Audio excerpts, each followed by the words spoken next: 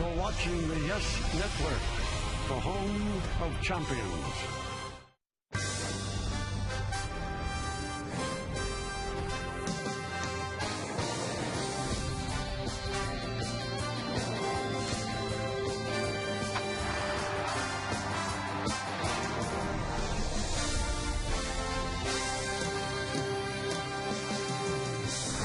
It was the game before the regularly scheduled game, which might have more of an impact on future games than the regularly scheduled game. You got that?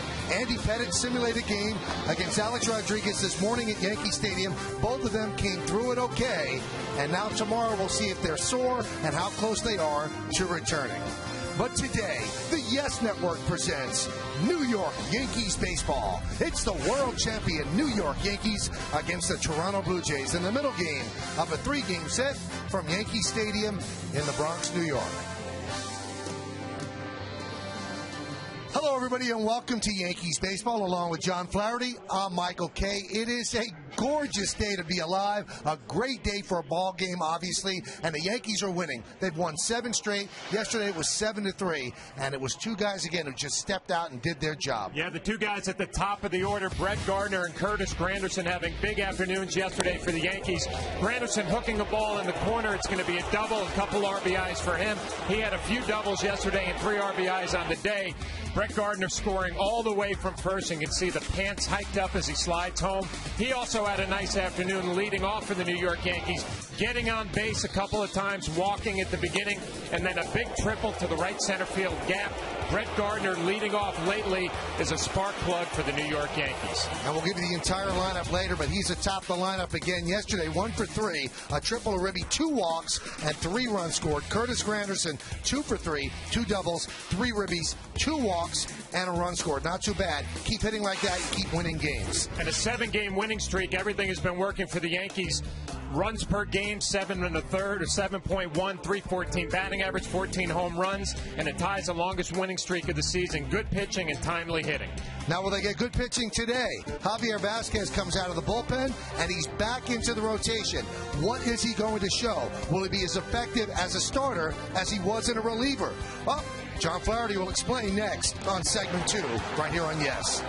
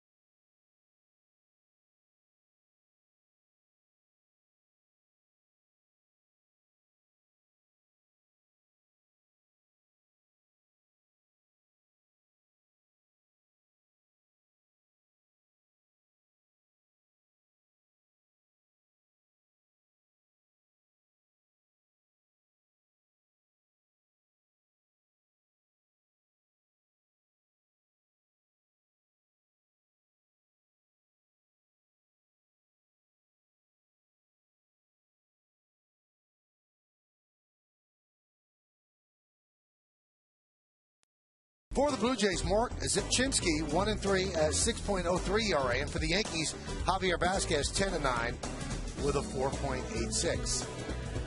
Hello, everybody. You know the deal. That's John Flaherty right there, and I'm Michael Kay. And the guy on the mound for the Yankees is going to be Javier Vasquez. This is after 2 relief appearances where he was really, really good. Last time out, kind of pitched his way back into the rotation. Well, he certainly did. 4 2/3 innings against the Oakland A's. He had an outstanding curveball in this outing. And as always, Derek Jeter helping out a little bit with the jump throw over to Mark Teixeira. But Javi Vasquez has improved his mechanics since coming out of the pen. The curveball has gotten better. The changeup has better bite down. I think there's a confident pitcher pitching for the Yankees this afternoon.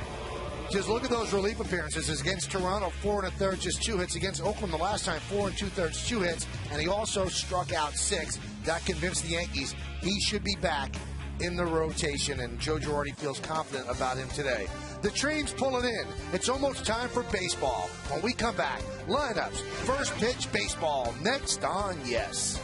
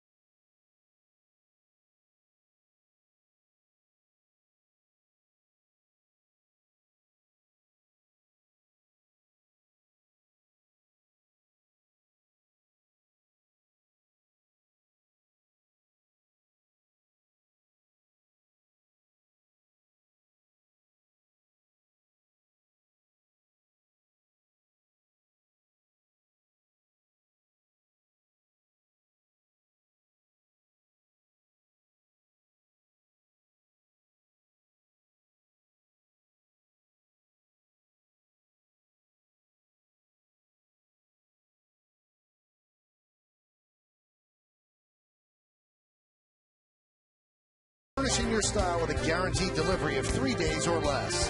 By the 2010 Honda Clearance. It's the only thing from Honda that won't last. And by IOTV. IOTV offers you incredible HD picture and sound. HD is free with IOTV.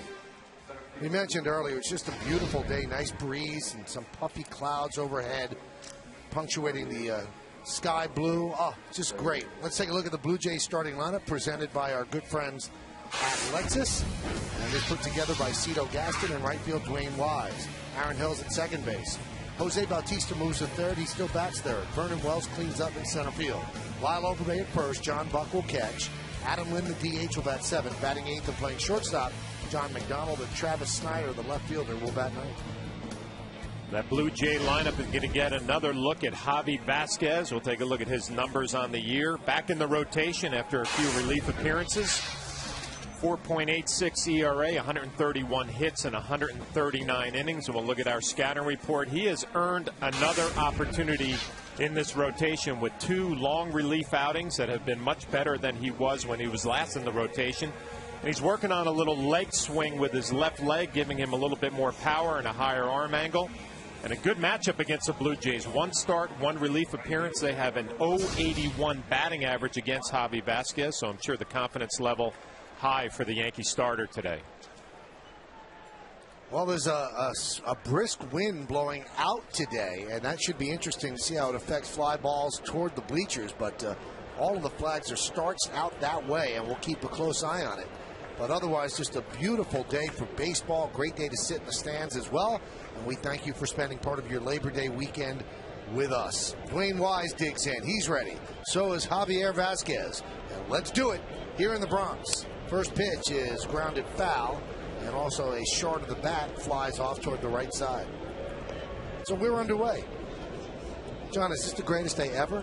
It could be the greatest day ever. Got rid of some of that heat. The hurricane missed us. Gorgeous day. College football starting. Nice. It's like a postcard. Dwayne Wise, 271, 3 homers and 13 runs batted in. Blue Jays were 69 and 65. The 0-1. High fly ball, left field. Gardner puts it away for the first out. Well, we talked about the weather. Let's look at the game time weather conditions presented by Bigelow Tea. 79 degrees. Humidity 33%. Wind southwest 21 miles per hour. That's not too great. Forecast sunny and windy. They used to live down the block from me. Sunny and windy. Here's Aaron Hill. 4 for his last 13. And the pitch outside, 1-0. Blue Jays are not a good road team. They're 34 and 38. And they're 4 games over overall, so much better at Rogers Center. Another high fly ball. Gardner battling the sun and the wind for the second out. Let's check out the Yankees defense, and it's brought to you by Mercedes. Hey, we met Gardner twice already, so we'll start with him. He's in left field. Moving to center, Curtis Granderson. In right field, Marcus Timms. Nick Swisher, a late scratch out of the lineup. Infield, third to first, Nunez, Jeter, Cano, and Teixeira. Cervelli behind the plate, and Javier Vasquez is on the mound. Well, Javi Vasquez made a couple of nice long relief appearances out of the pen, gets another shot at the rotation, and also made a little mechanical adjustment with that left leg. Check it out when he swings it up there a little better. Strike to Bautista. Because of that, his arm angle a little bit higher, and the stuff has improved. He comes all the way up, higher than we saw before. Line foul. What I like more than anything else, though, Michael, is Javi Vasquez going to the bullpen and not pouting about it. A couple of relief appearances. He pitched better, and he has earned another opportunity at the rotation. We'll see how it works out the final month. And the 0-2. Swing and a miss. He got him. That's an impressive first inning for Javier Vasquez. 7 pitches, 3 up, 3 down. Blue Jays nothing, and the New York Yankees coming to bat.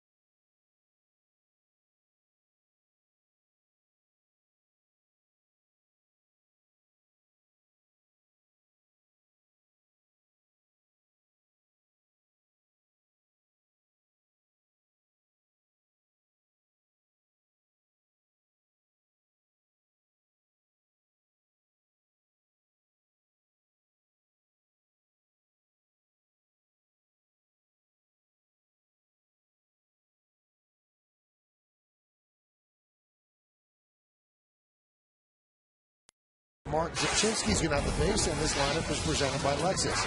Brett Gardner's been red hot. He's in left field leading off. The captain, the shortstop, Derek Jeter, bats second. Batting third and playing first base, Mark Teixeira. Robinson Cano, the second baseman, cleans up. Batting fifth and playing right field, Marcus Timms. Lance Berkman, the DH, he's going to bat in the number 6 spot. Number 7, playing center field, Curtis Granderson. Eduardo Nunez at third base hits 8th. Batting 9th and catching, Francisco Cervelli. The New York Yankees will get another look at left-hander Mark Zepchinski. We'll take a look at his numbers on the season. ERA over 6, 38 hits and 31 and a third, and he has walked 14. Not the greatest numbers. Opponents hitting 300, and we'll take a look at our scouting report. It's another shot at the Yankees. The first time around did not go too well for him. 3 innings, 6 earned runs. And a typical lefty, he doesn't overpower you, relies on movement, a good fastball slider, and a change. And a little race to the bat rack for the right-handers this year. They're hitting .327 against the lefty Zepchinski.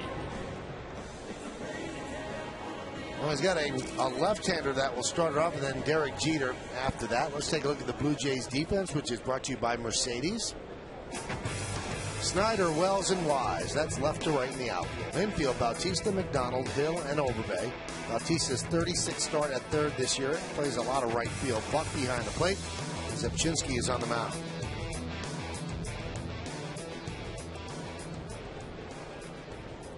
Gardner's last 9 games, 11 walks, an on-base percentage of .541, 9 for 26, .346 batting average. And there's a strike, and that's why he's leading off against a lefty. That's a little bit of a change there, John. Usually against left-handers, they have him batting at the bottom of the order. Yeah, well, he's earned this. I mean, this is pretty much, what, the second time around, giving him a shot at the leadoff spot, and he's taken advantage this time. All the walks, getting on base, scoring runs.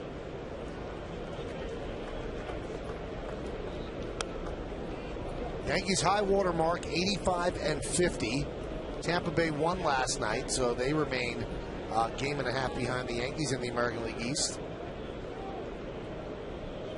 He's walked in 8 straight games, and as you saw, that's the first time the Yankees done it since Johnny Damon. Now you might wonder who's walked in 9 straight. You go back to 2006, and Jason Giambi did.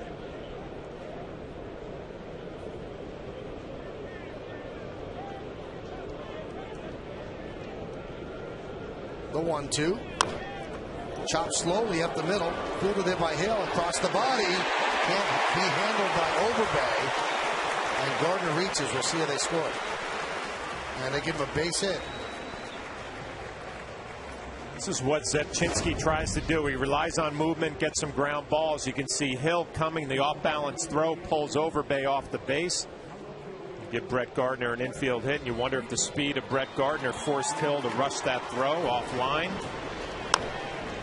Good sinker down the middle. Brett gets out of the box in good shape. Picks up an infield hit. 25th infield hit this year for Gardner. Now here's Derek Jeter. In the number 2 hole this year, Derek has played 11 games, and he has not been successful in this spot. 4 for 41. That's 098. But let's give you a positive stat on Derek. Against lefties this year, 32 for 83, that's 386. And that's at home here at Yankee Stadium. And he's also a 325 hitter in day games. Now, you all know the numbers of late. 2 for 16 on this homestand and 3 for his last 34. You would expect this to be a good matchup, Michael, with all the numbers you just mentioned. A left-hander, Brett Gardner on first base. A lot of focus will be on him. Jeter shows bunt. Expect Derek to get some good pitches to hit here in this at bat.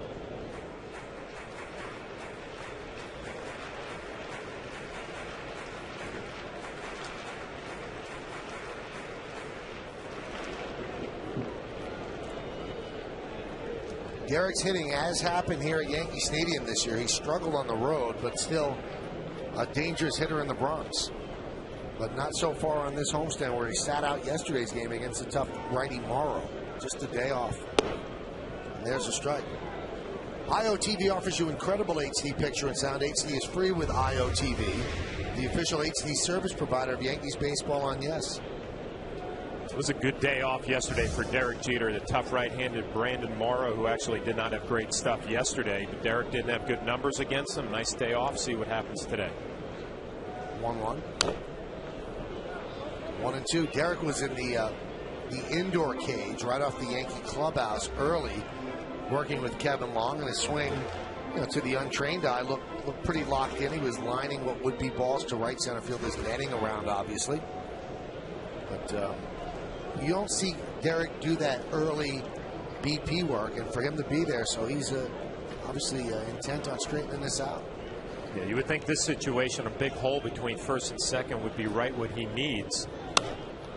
High fly ball, right field.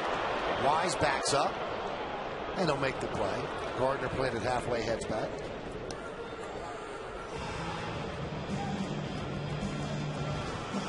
So Derek's struggles continue. Well, pay attention to the fly balls today. I mean, the ball is jumping out of here in batting practice. See the flags swirling up top. Be a nice day to hit. Here's Mark Teixeira. Yesterday the wind was blowing in. Today it seems to be blowing out. Now the old stadium used to swirl, so the way the flags were blowing didn't necessarily mean that's the way the ball was flying. But this stadium seems to play more true to the flags.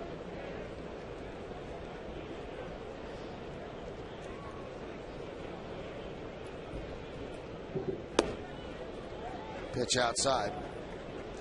Since Alex Rodriguez went on the DL and he could come off tomorrow, Teixeira certainly picked up the slack. 447, 3 homers, and 11 runs batted in.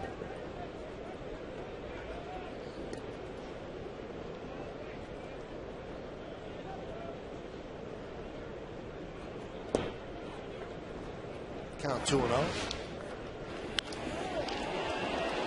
Mark Teixeira up in Toronto against Zepchinski. Deep home run to left field. 3 for 7 in his career with that 1 home run. And we saw Zepchinski up there did not have a whole lot in that ball game. 3 innings, 6 earned runs.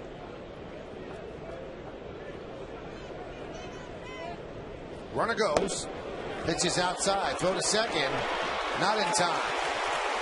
Made it pretty close. But Gardner's in there with the stolen base. Stolen base number 40 for Brett Gardner. Goes on first move and gets a decent jump. John Buck, an impressive throw from his knees. One hops Aaron Hill. Nice pick and a tag. Looked like they might have had him. See again on our replay. Yep, he's out. No argument, though. He was out.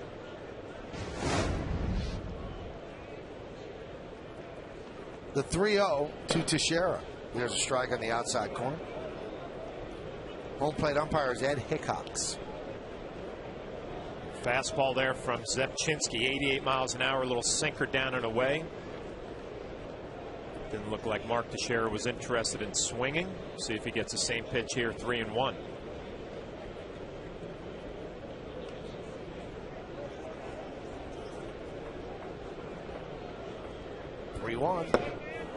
Now you might be wondering, well, who's the last Yankee to steal 40 bases?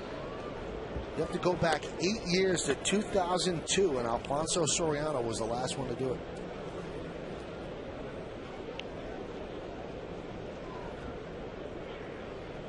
He's still 13 behind Juan Pierre of the White Sox. Everybody else closely bunched.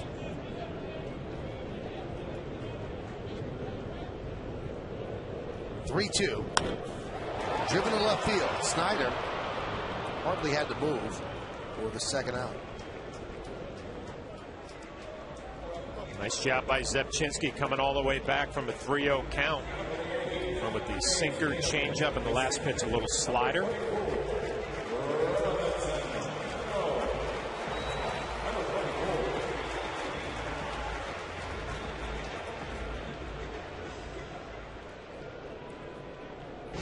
There's Robinson Cano. He's 0 for his last 12, 1 for his last 16 against the Blue Jays this year, 7 for 51, so he's not had success against them. And there's a strike. Yeah, like Derek Jeter had a day off yesterday, I thought this might have been a day off today for Robinson Cano, facing a lefty. Saw the numbers struggling a little bit lately. Joe Girardi decides to keep his second baseman in the lineup. An RBI situation in the first inning. There's a ground ball to first. Overbay will beat Cano to the bag, and that'll do it. So the leadoff infield single does not haunt Zepchinski and the Jays. No runs ahead. 1 man left. Let's go to the second. There's no score.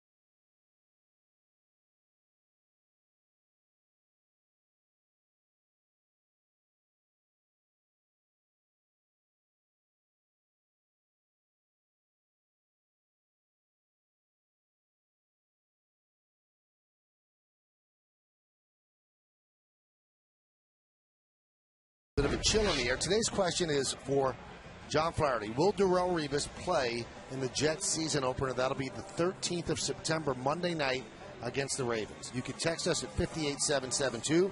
Standard text messaging rates apply. 1 yes, 2 no. What do you say, John? I say I hope so, but I don't think so. I don't think so either. There'd have to be a seismic change in one of the sides. Are they even talking?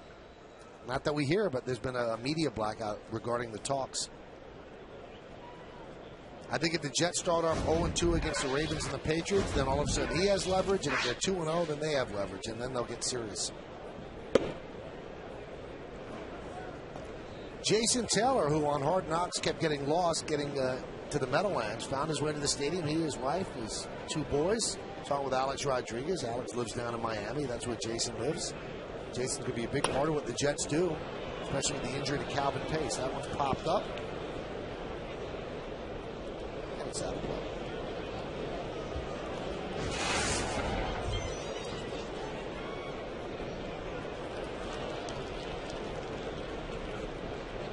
A lot of action on the field today. The simulated game. Jason Taylor. Kim Jones has a lot more in the simulated game in the 3rd inning, but didn't have the same attendance as this game, but it was closely watched, I'll tell you that. 1-1. That's kind of neat. Andy in the 3rd inning, they threw 3 innings, John. I think he was really throwing hard in the 3rd inning. And that's about as close as like a civilian would ever come. You're right on the field watching Andy Pettit pitch to Alex Rodriguez. Kind of a neat venue and different look that you don't get. What did you think? You think you could stand in there against Andy Pettit and put the ball in play? Absolutely not. Put it in play. Just no. Couldn't even foul tip it. Couldn't even foul tip it. I have long contended, and I get into argument, there is no one thing harder to do in any sport than hitting a baseball. I'm sorry, there's nothing harder. Nothing. Did the speed intimidate you? In the 3rd inning when he was throwing that hard, and he's not a flamethrower, I couldn't do it. I know I couldn't do it. Popped up. Cano called off by Timms. I've always been blown away, John, if you think about the amount of time that you have to pull the trigger as a batter and how your synapses have to fire and get you to swing the bat, and then what happens if the ball curves or dips? It's an amazingly tough thing to do. I have the utmost respect for baseball players. This is about 10 a.m. today, and Andy's dealing. And he struck out Alex looking. Reggie Jackson was the home plate umpire. Punched out Alex on that one. Here's Overbay. Fouled away.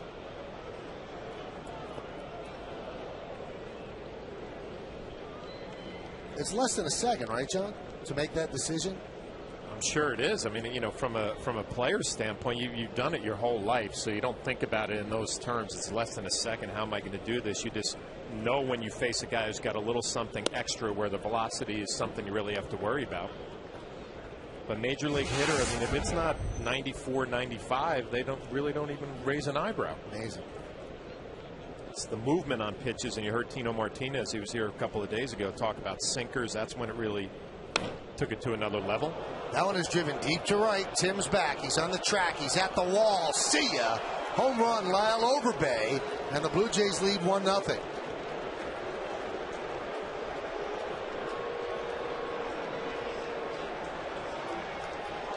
"17 home runs for Overbay." As a fan throws the ball back into right field, Marcus Timms will take care of that.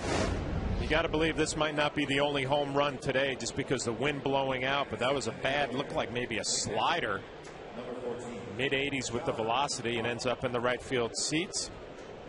Let's check out the Coors Light Cold Hard Blast. And that's been a bugaboo, John, for Vasquez all year. He gives up home runs.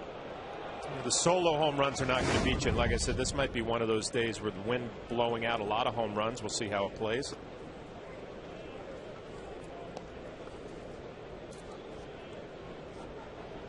That's the 28th home runs he has allowed. Only James Shield has allowed more. Shields with 29 allowed.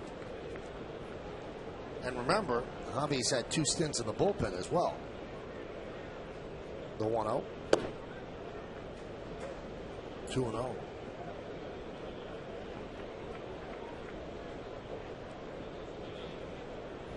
He's allowed home runs in 9 of his last 10 outings. And as John said, though, as long as there are no runners on base, you don't go nuts over those. Count 3-0.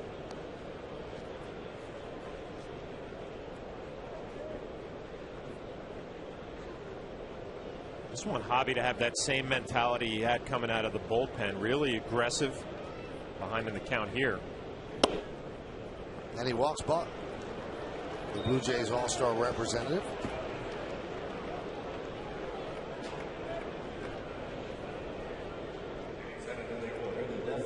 First 5 starts for Hobby were disastrous. 1-3, close to a 10 ERA. Then his next 15 games he was as good as anybody. 8-4, 3.29, and then the next 4 starts got him sent to the bullpen again. Then in the last 2 games, 2 bullpen outings, 9 innings, 2 earned runs. So maybe he's back to what he was in those 15 games. Yeah, and when you notice out of the bullpen, the velocity increased a little bit. Off-speed pitch, and it's popped up by Adam Lind. Jeter's there for the second out. Velocity increased, and the arm angle was a little bit better. You also like the mindset of Javi Vasquez, really aggressive coming out of the pen.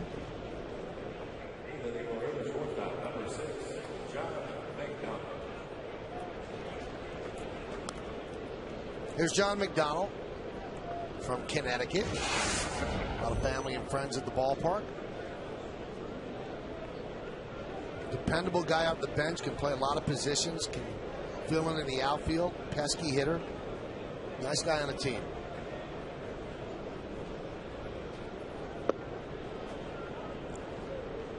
Count 1-0. See, Javi's body language not the greatest right now. I don't know if he's having a problem with Ed Hickox behind the plate in the strike zone, or he's not happy with his location.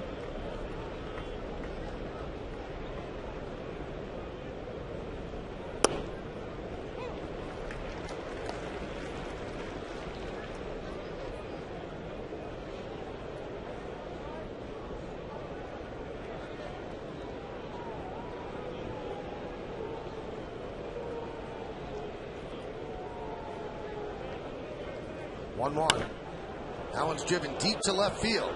Is it fair? It's off the pole. A 2-run home run for John McDonald.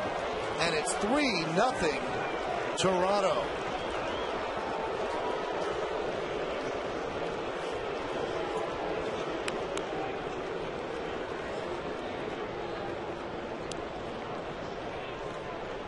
Like a little slider down and away. Get another look at it. Pretty much spun middle of the plate. McDonald was a little bit early, was fooled on the velocity or lack of velocity, but able to keep it fair right off of the pole. For a guy who doesn't hit a lot of home runs, that's home run number 6 for McDonald.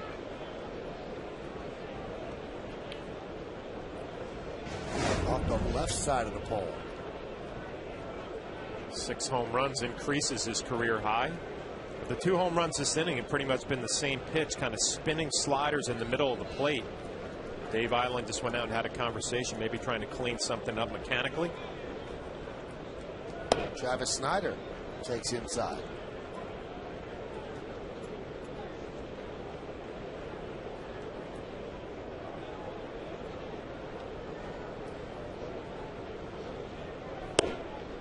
Strike.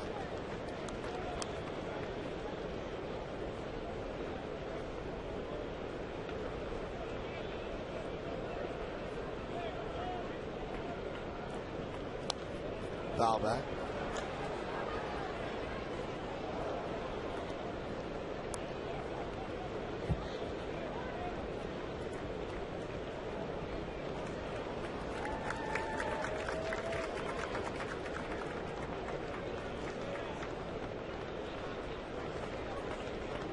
A 1-2.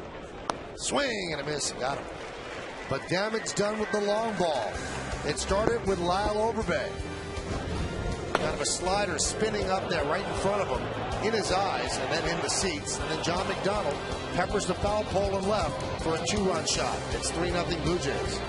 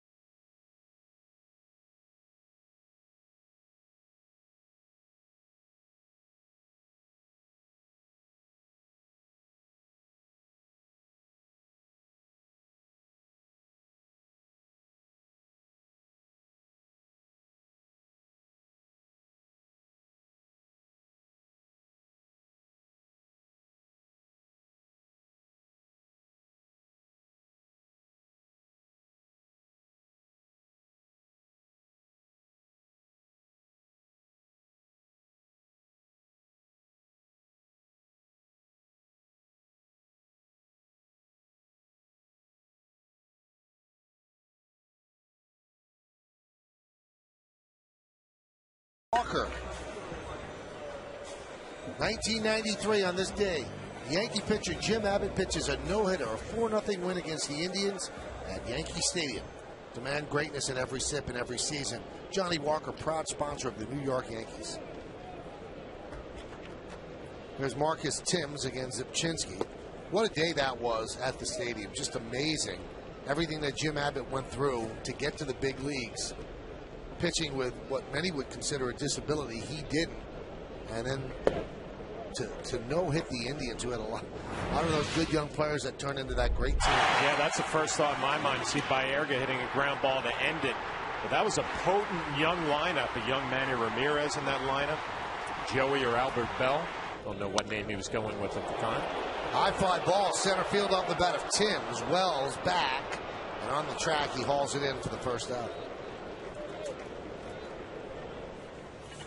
3-0 Blue Jays. Here in the bottom of the second with 2 home runs in the top of the inning against Vasquez, providing the margin. Here's Lance Berkman, a late addition to the lineup when Nick Swisher was scratched. Berkman 4 for his last 7. And that's since coming off the DL. Now, we mentioned a new career high for John McDonald. To go even deeper on that, McDonald now has 4 home runs in his last 9 games. There's a ground ball up the middle, fielded there by McDonald, and he fires to first to get Berkman. 4 home runs in his last 9 games. He'd never hit more than 4 in an entire season. So he's finding the power stroke, and he puts away Berkman with a nice play in the field. Yeah, that's what he's known for, the nice play in the field. Going to his left, sliding, gets up to his feet quickly, and an accurate throw. An impressive infielder who's having a big year at the bat. Maybe though this whole new philosophy with the Blue Jays, swing hard, get a fastball to hit, try to drive it. It's worked out for McDonald. Here's Curtis Granderson, and there's a strike.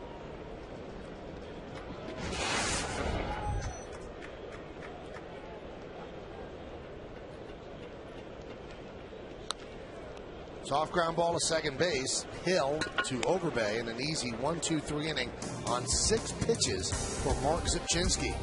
We're going to go to the third. It is 3-0 Toronto.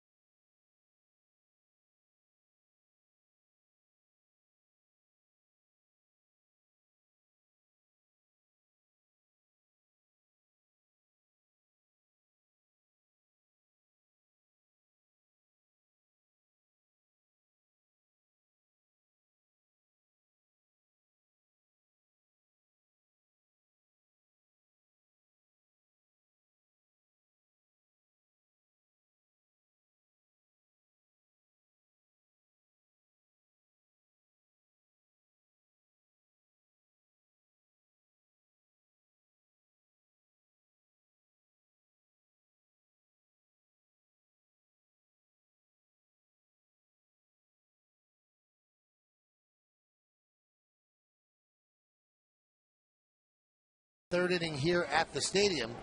Oh, love is in the air. Isn't that nice? A Blue Jay fan who's happy, a Yankee fan who's not. But, you know, it's early in the game as we go to the third. We also go down to the third base camera well, where our very own Kimberly Jones is there. And, Kim, you were here at the ballpark early, as many of us were, to see the simulated game. A lot really rides on that game, Kim, for sure. Absolutely. Joe Girardi saying It goes without saying how important Alex and Andy are for us. We want to get them both back, and we want them both to be healthy. That's one of the prime concerns. The prime concern now, Michael, is when both come back, make sure they are healthy for the stretch run. All right, so let's talk about Alex first. What did you hear? What did you see? And I know you spoke to Alex. Yes, I did. And Alex was here around 9:15 on the field this morning taking grounders. He then went into the cage and did some hitting. Then he was one of the 3 hitters Andy Pettit faced in his sim game, and those other hitters, Greg Golson and Ramiro Pena. Alex hit well. He has been hitting well. He also ran the bases with as much of a sprint as Joe Girardi says we can expect from Alex. He said that's about where he's going to be. The trainers have told him, at least initially when he comes back, to take choppy steps out of the box. So they will continue to be cautious when he does come back. Alex told me he was very encouraged by what he did today. I said, how about tomorrow? Because we all know he's eligible to come off the DL tomorrow. He said, I'm encouraged about today. We'll see how I feel tomorrow. So caution is the word of the day when it comes to Alex, but all promising news so far. It is interesting, though, Kim, how he refuses to sign up for tomorrow. He just will not say that it's going to be tomorrow. Tomorrow's the day he could come off, and with the 40-man roster, they could take him off tomorrow. It's just when he's going to play. Right, and I think, Michael, he's thinking of those very first explosive steps out of the box. Those are a concern of his. You've got to also think about going first to third. And can he really do that and feel comfortable doing it? Those are the kinds of things that are in Alex's mind as we speak. Aaron Hill swings and misses. So let's switch to the mound then. And Andy Pettit, he pitched what was the equivalent of 3 innings, and he would sit down between innings, walk to the dugout. What did you see, and what did Andy say? Well, Joe Girardi said that he was really encouraged because Andy threw all of his pitches and said he felt good. As for Andy, he said it was in that 3rd inning that he was really able to let it go. He felt very encouraged by that. And again, his next step will be determined by how Andy feels tomorrow. In Andy's ideal world, he'd have a rehab outing Wednesday, probably throw about 65 pitches. And it is worth noting the AAA team has a playoff game scheduled for Wednesday. And then he would return to the rotation if all goes well. So we are talking about Andy meeting that mid-September self-imposed deadline, if you will, as long as things continue to go as well as they are. Now, also, when Girardi said it, John, you can chip in with this, he said if we get him up to 75 pitches, we feel that, that's fine to get him out on the mound in the big leagues. Would you agree? Oh, totally. That's plenty. I mean, I think you probably even back it down a little bit to, 60 pitches, but Kim, I think what you saw during the 3rd inning, he looked like he was going pretty much full tilt. Yeah, and he was getting ticked off when he didn't hit his spot, John, and that's how you know Andy's Andy. But Chad Moeller did the catching during the simulated game, and he said he could have gotten hitters out today. So his stuff was that good in Moeller's estimation, and Andy felt pretty good about it, too. And we all know the home plate umpire was Reggie Jackson. And you mentioned, Michael, Reggie punched Alex out on a 3rd strike looking. Alex was asked about that. His response, it was a Reggie strike zone. Count 1-2 on Aaron Hill. Dwayne Wise leads off for first. Vasquez deals. Breaking ball is nubbed toward first base. Grabbed there by Teixeira. He'll step on the bag.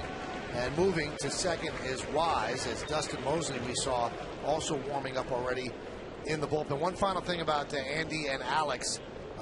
Kim, it all depends on tomorrow, right? How they come in. If they come in sore, then it's a setback. But just off today, it's a positive. Absolutely. Positives all the way around. And yes, tomorrow's a big day. So maybe I'll just stay here until then.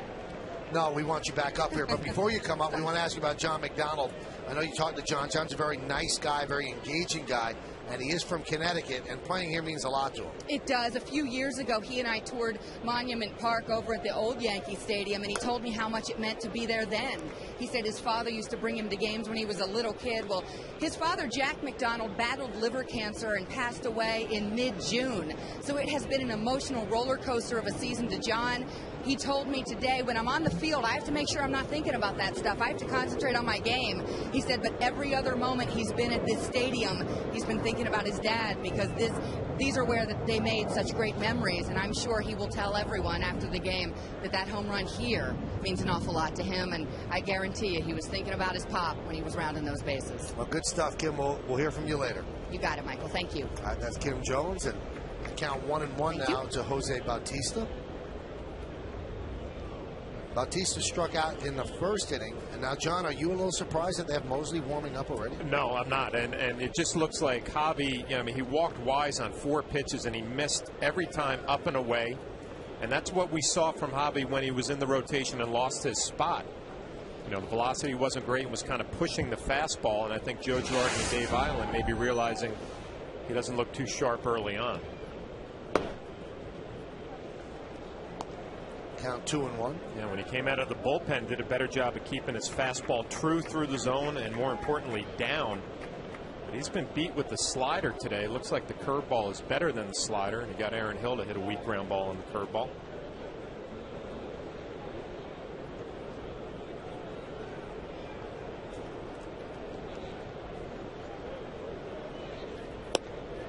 There's an off-speed pitch for a strike.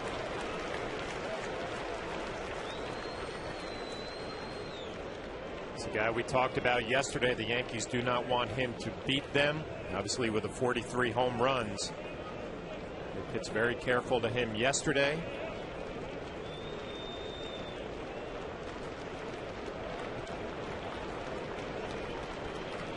Wise leads off second.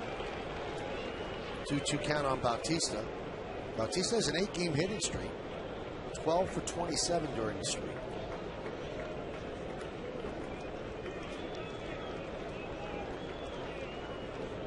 Breaking ball, swung on and missed. Got him with a real slow off-speed pitch, and he kind of stares out at Vasquez. Takes a little velocity off, and you see the location is not great, but Bautista was fooled on the speed or lack of speed and velocity. The curveballs look better than the slider. He's given up both home runs on backup sliders this afternoon.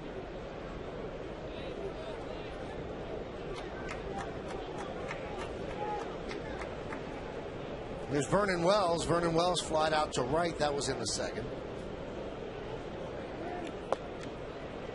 Now 1-0.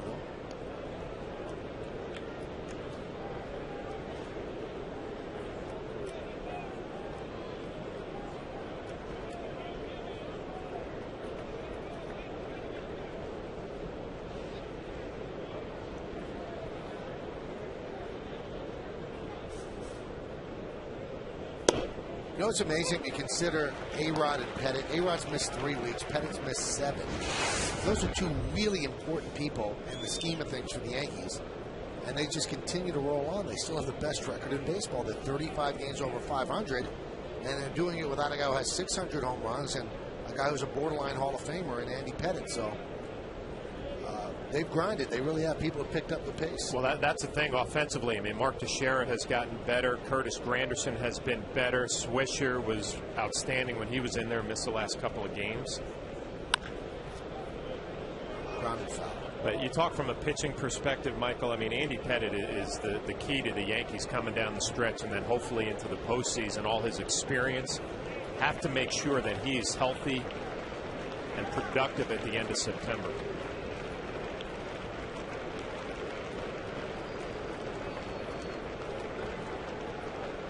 So quick talk between Cervelli and Vasquez. It's interesting, Michael, watching Alex Rodriguez take those swings and then have a little hesitation and then come out of the box. If he comes back tomorrow, that's probably what we'll pay attention to see how he breaks out of the batter's box. 1-2, swing and a miss.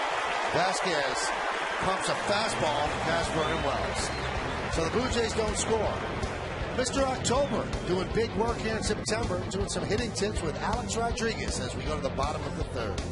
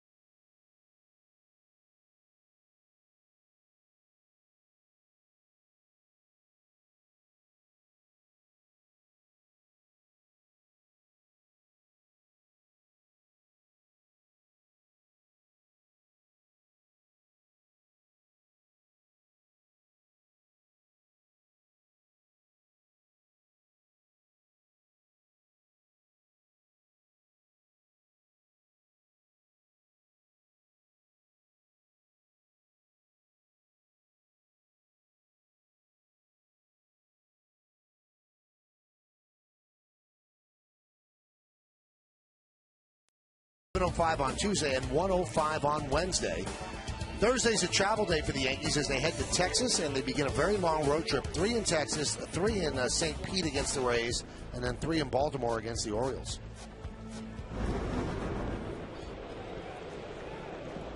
Here's Nunez. And there's a strike.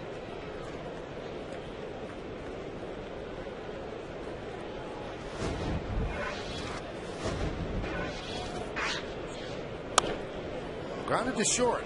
Gobbled up by McDonald, and Nunez is out for the first out of the third. Zepchinski looking a lot better than the Yankees saw him the last time out. Really struggled. The Yankees beat him up. He walked 5 in his last outing against the Tigers, but early on has some good stuff, throwing strikes early, getting some ground balls, and that's his game.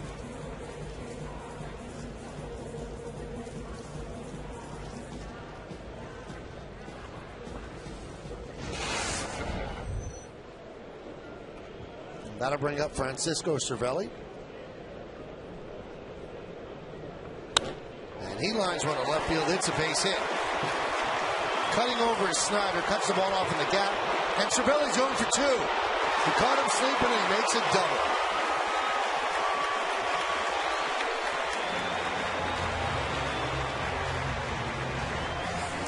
With Nunez swinging early in the count, I thought Francisco Cervelli might take a strike. He does not. He jumps over a first pitch fastball from Zepchinski, drives it to the gap, and Snyder does a nice job cutting it off. But Francisco Cervelli, aggressive on the bases, gets himself into scoring position. Coming around first, he has a play in front of him, slips a little bit. It's in there safely. Hill tried to make the catch and the tag at the same time, but the ball wasn't there with the glove. So runner at second, that's going to bring up Gardner. Yankees are trailing 3-0, bottom of the third. Count 1-0.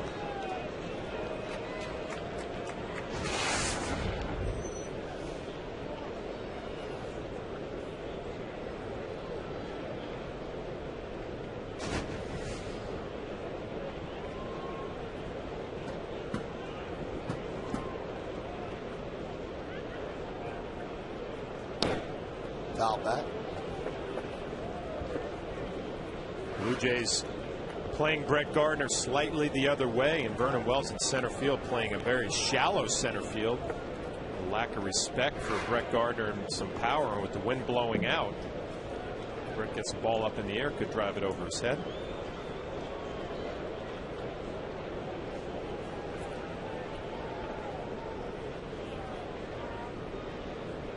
The 1-1. Outside, and now Buck wants to have a talk with Zepchinski.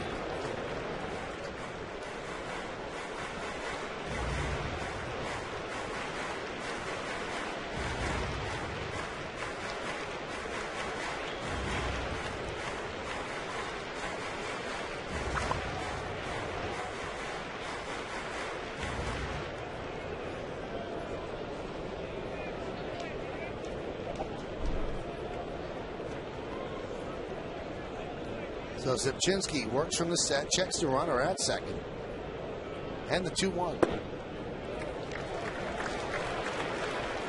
3-1.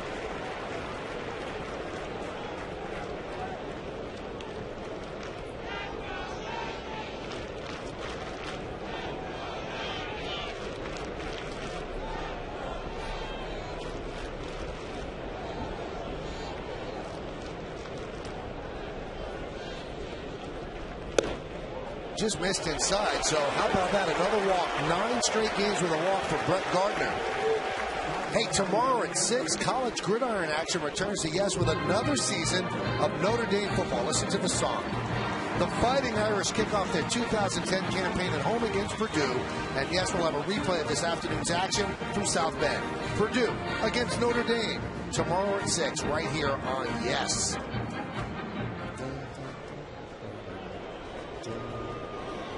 Now he matches Jason Giambi's streak of 9 straight games with a walk, set back in 2006. That's not the record, though, but that's the last time a Yankee has done it. Here's Derek Jeter. Fly ball fairly deep right in the first inning, so he's 0 for 1. Grounded. Past Bautista, and down the left field line. Cervelli scores. They're going to hold up Gardner at third.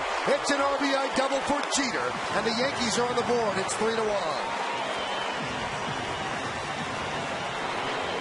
Derek gets fooled. It looked like an off-speed pitch. And he rolls right over the top. We've seen him do this a little bit lately, a little bit early, but just out of the reach of Bautista, diving into foul territory. Once it gets by him, it's going to be a double for Derek Jeter, an RBI. Brett Gardner moves all the way to third base.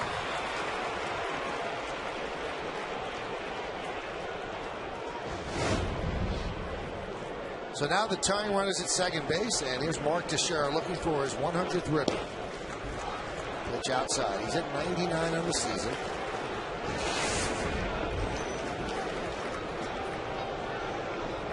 Hit a hard line drive fly ball to left field his first at bat.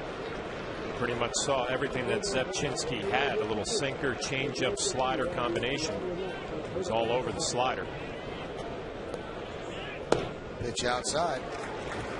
That's Jeter's first double since August 20th, and he picks up his 60th run batted in of the season.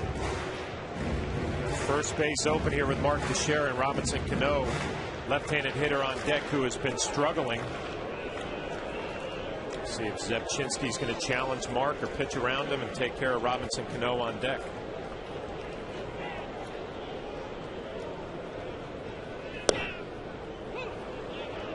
Count 2-1.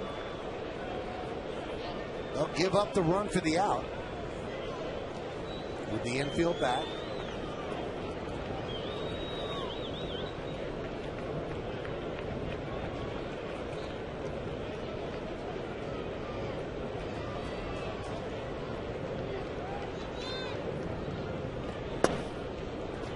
Missed outside in the count, 3-1. Nine in the count went slider, changeup. Veteran hitter like Mark Teixeira may be sitting on an off-speed pitch here, 3-1.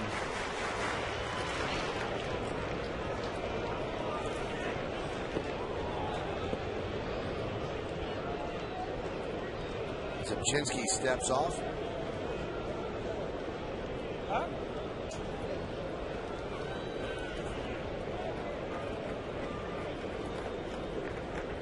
Way outside. So not an intentional walk, but pretty darn close. So Teixeira loads the bases for Robinson Cano. So far this year, Cano has 2 grand slams. Let's take a look at them. That was against Cleveland. And this one against Seattle. Luke French served up that one. Yankees as a team have 10 grand slams, and that ties the '87 team for the most in history.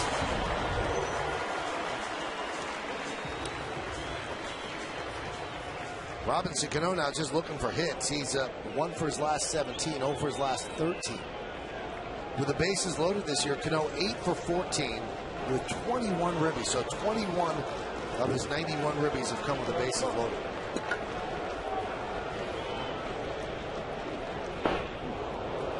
Swing and a miss on the breaking ball.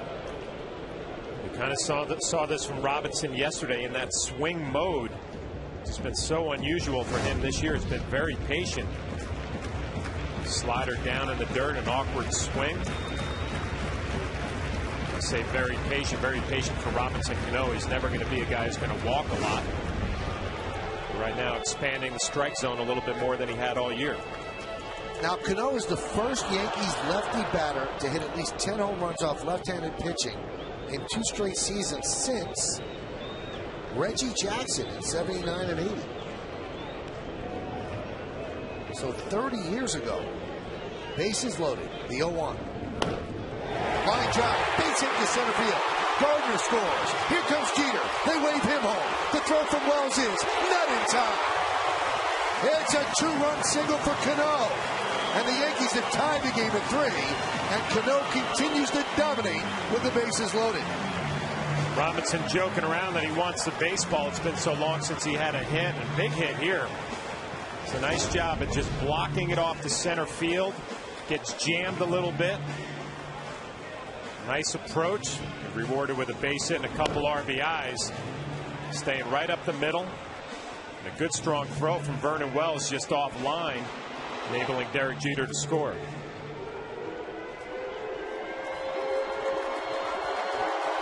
And there's Jeter with the tying run. So Bruce Walton, the pitching coach, goes out and talks with Zepchinski, who was coasting along through 2, but then ran into trouble. A double by Cervelli, and then he made the mistake of walking Gardner. That put runners on first and second. The double by Jeter scored a run, walked it to share tied or loaded the bases, and then Robinson Cano with the game-tying 2-run single. So they pick up Javier Vasquez. And here's Marcus Timms try to put the Yankees ahead. First and second with 1 out.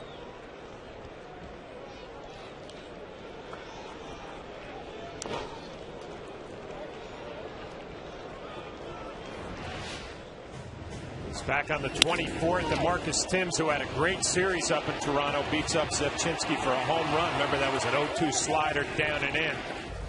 2 for 3 against Zepchinski with that home run, being one of the hits. Drove a ball deep to center field his first at bat. That's what Zepchinski did in that loss.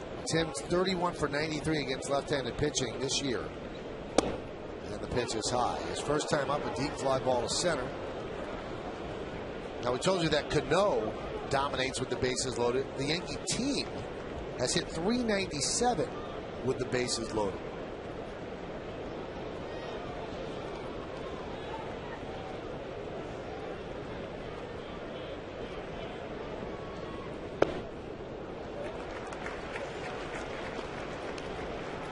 Count 1-2. Timms in the last 9 games has been on fire with the 6 home runs and the 11 ribbies.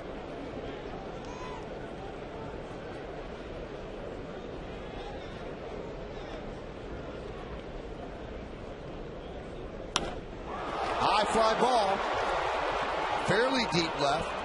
Snyder drifts back and makes a play right on the lip of the warning track as the 2 runners retreat. Gets in a little bit on Marcus Timms in his hands a little bit. He jammed, looked like a slider in. Just didn't have that good sound to it, and the ball carried to the track in left field.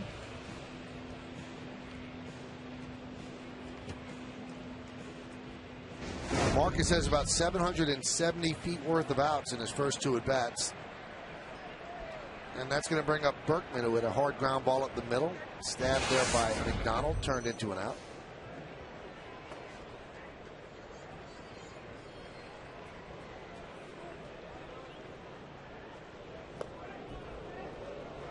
Swing and a miss.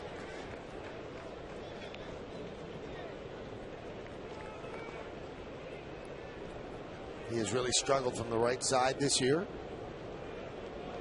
And not a typical Lance Berkman year from the left side.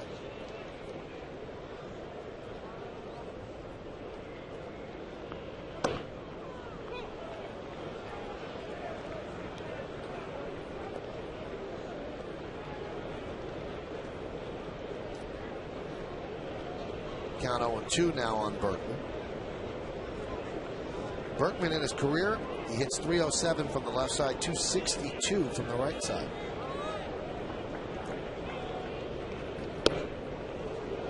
Just missed inside, the check swing.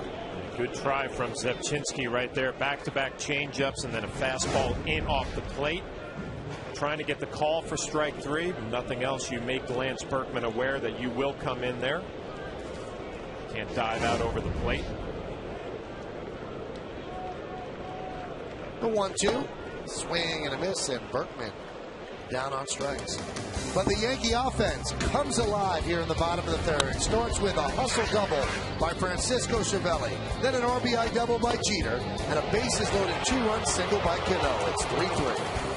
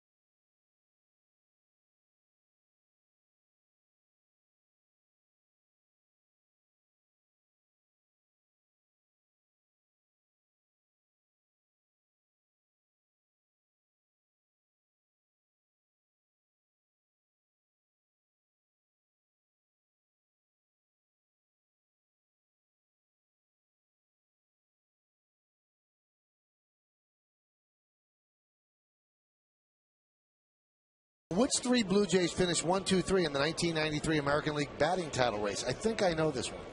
Do you, John? No. Or if you think about it, you would. 93? Yeah.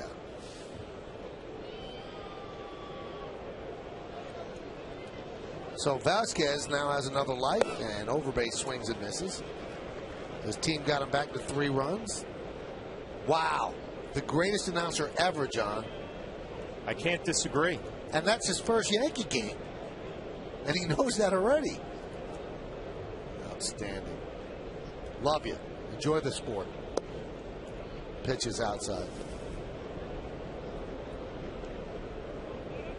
Well, you said it, Michael. We'll see if Javi Vasquez can rebound a little bit. The Yankees offensively evening up the score. See if this stuff gets a little better.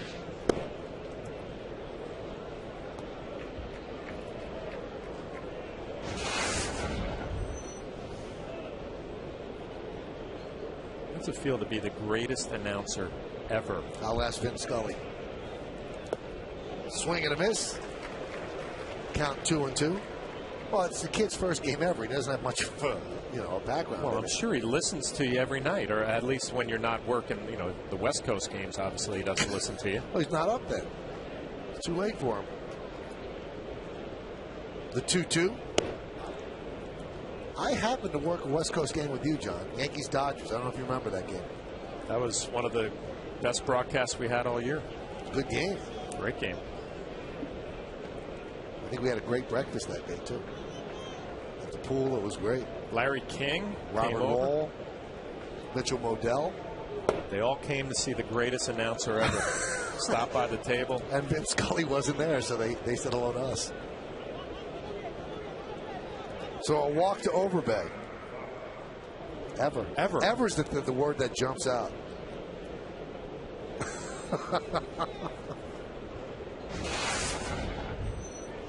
Here's John Buck. You like John Buck as a catcher, John? I always liked him with Kansas City, and you know what? I don't know John Buck personally, but you remember Tony Graffinino? Yeah. Atlanta Brave, was a Devil Ray for a little bit, White Sox. Also Red Sox. He played with John Buck in Kansas City, and he said, you know what, you'd like this guy. Like, good guy in the clubhouse, runs a staff, is not concerned about his own numbers. Having a big year here in Toronto, all-star year. And how about this? In a year where the power is down around the sport, John Buck leads all American League catchers with 15 home runs. Not too bad, and he catches well. How about Jorge Posada? I think it hasn't been all catching. I think he's DH sometimes. Well, you're ready to jump me, aren't you? Well, I mean, for the greatest announcer ever, you had a quick answer, too.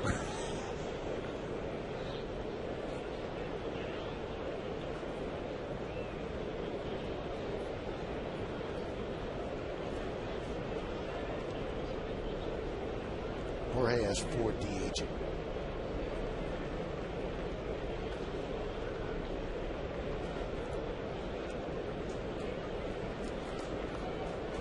And 13 catching, so 2 behind Buck. So you ask a question, you get the answers quickly.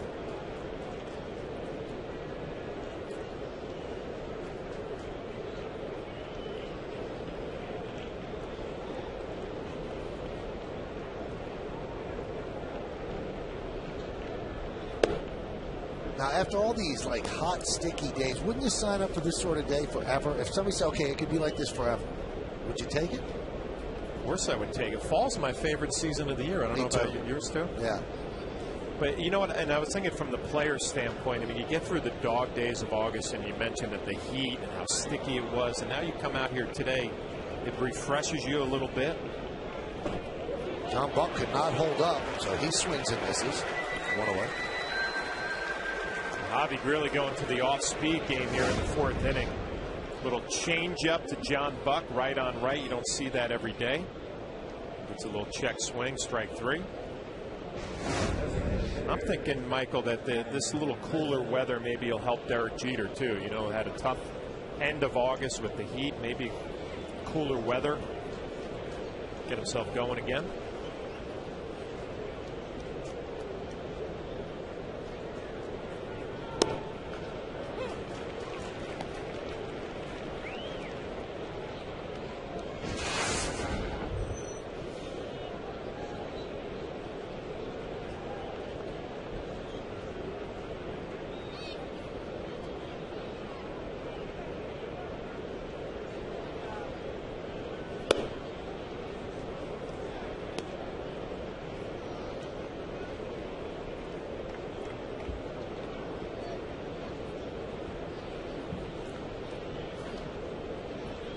1-on-1. Lind popped up the short. That was in the second.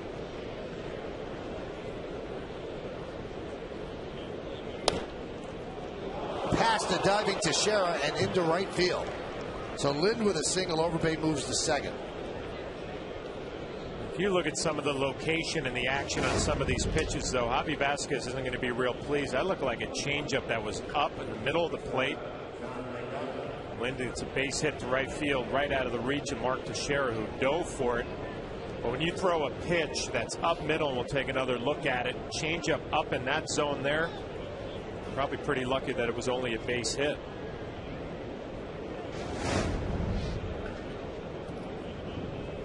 Javi Vasquez is going through one of those times right now, trying to find a rhythm here in the middle of the ball game. Stuff does not look great today as Dave Island looking on. The Yankees got him back those runs. The last thing you want to do is give up runs the very next half inning. Here's John McDonald, who got him for a 2-run home run his last time up. Pitch outside.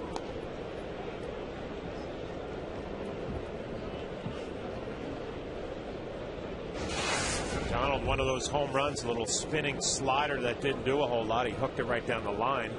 2-run shot.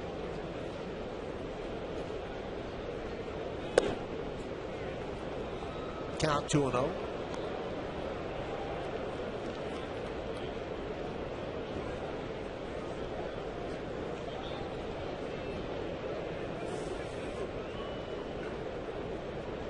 Top of the fourth inning in Boston. White Sox lead the Red Sox 1-0.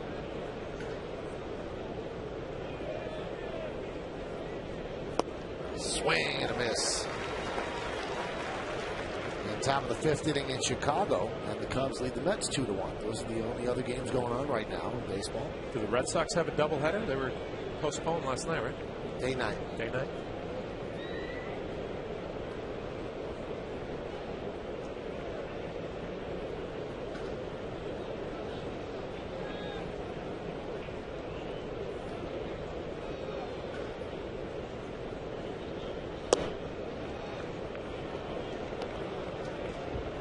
Now the Sox of the white variety lead the Sox of the red variety 2-0 down.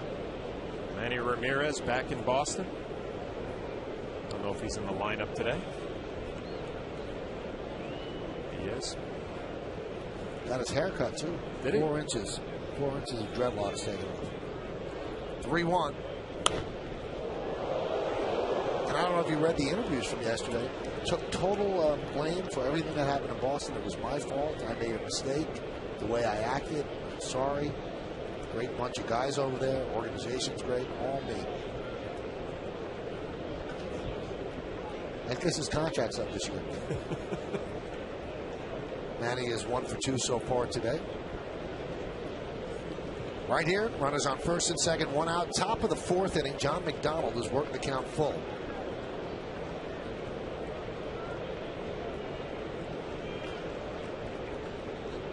Swing and a miss. Fastball right by McDonald. It's been the best fastball of the afternoon for Javi Vasquez, and it came at a big time. Cervelli setting up away. The location was not great, but the velocity in the upper 80s. McDonald maybe sitting on an off-speed pitch, didn't get it. 6 strikeouts for Vasquez through 3 2/3.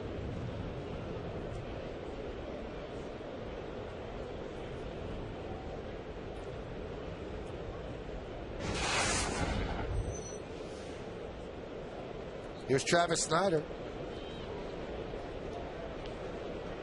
Swing and a miss.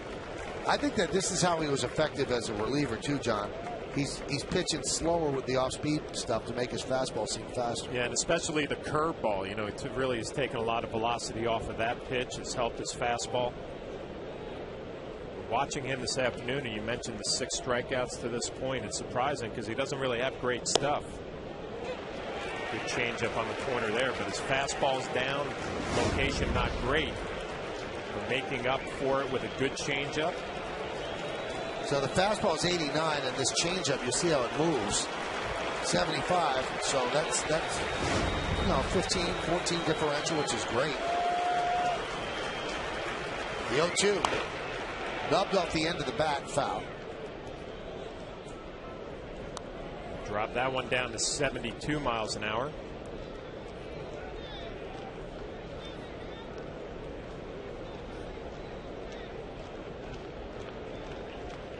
Long talk between Cervelli and Vasquez.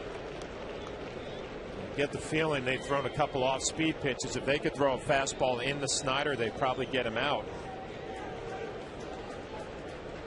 Wondering if Javi Vasquez has the confidence he can throw it inside.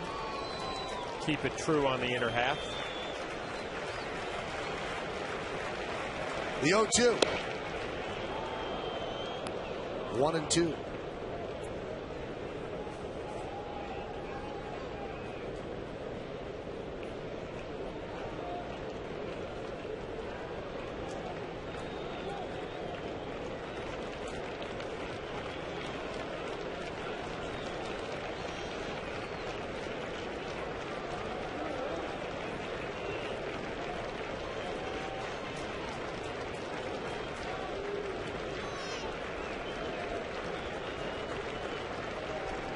One-two.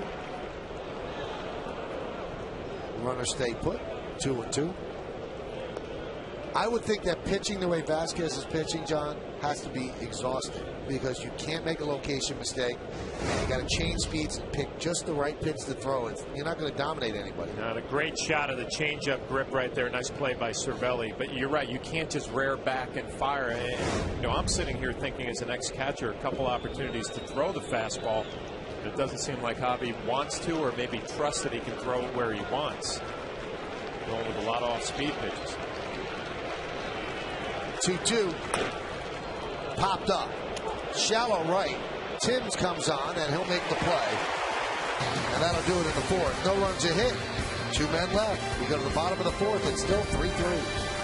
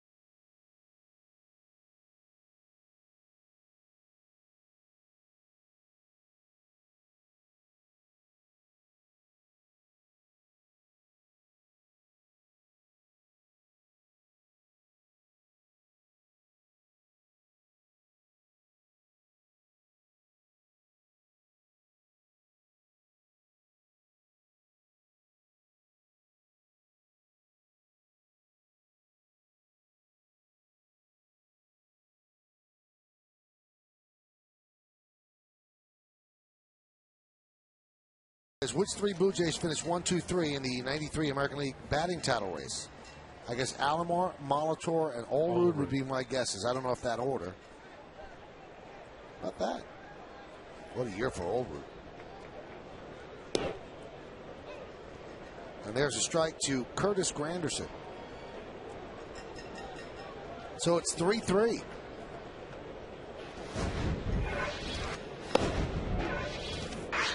Count 1-1. Granderson grounded to second in the second. He's 11 for his last 27 against left-handed pitchers.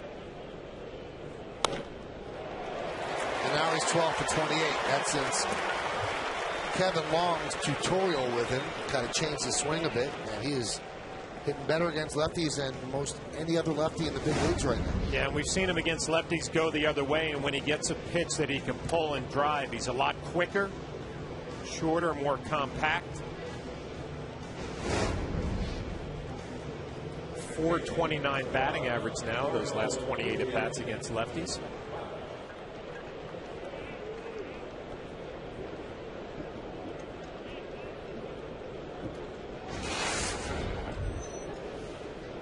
Here's Nunez. Good off-speed pitch, count 0-1. Yeah, Nunez is going to get a reputation that he goes up to the plate ready to swing. Might start seeing some American League pitchers throwing a changeup first pitch, just like Zepchinski there. Likes the fastball, first pitch, didn't get it.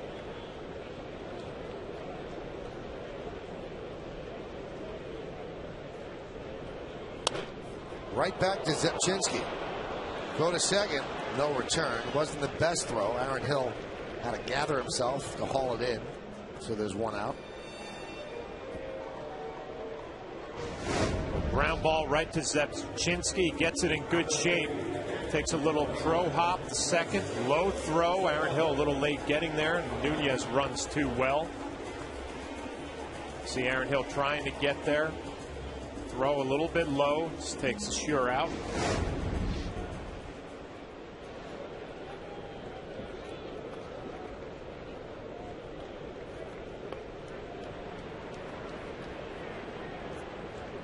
Vasquez talking things over with Jeter.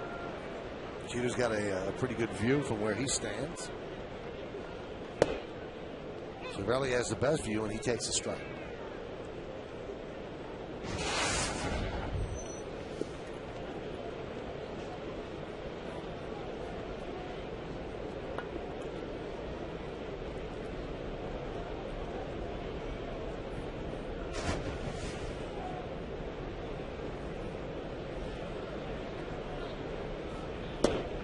Shows bunt. 1-1. Trying to draw Bautista in at third base with a little fake bunt.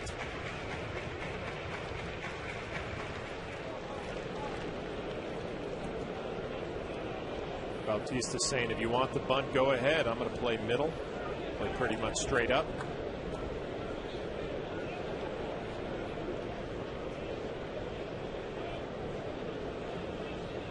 Runner goes.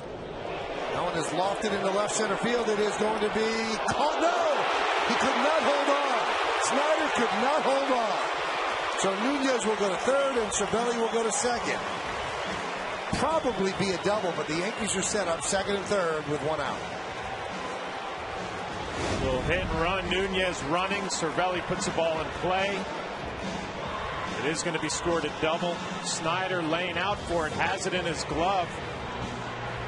Loses it, loses the handle, and Nunez would have been doubled up, as you see on Yes Mo. Has the ball, its right elbow hits.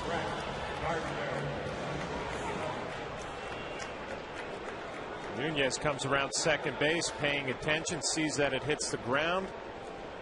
Actually going to go back, thinking that he caught it. Now he sees it hit the ground and moves his way over to third base. A lot going on right there, Mike. Now the infield has to come in for Brett Gardner.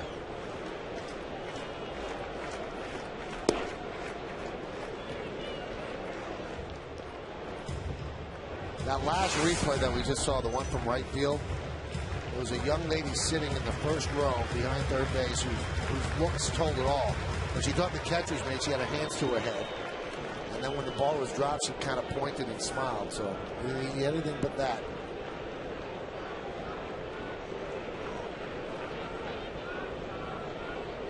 The 1-0. Watch this young lady right here. Hands to the head. There she is. And then tells a story. Yeah, I'm looking at Nunez coming around second. You're bearing down on the fans in the front row. Try to see everything. The greatest announcer ever. That's why you take it to another level. You see things I can't see.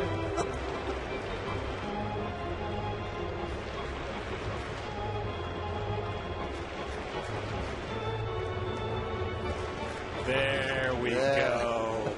Ever underlined, is and ever.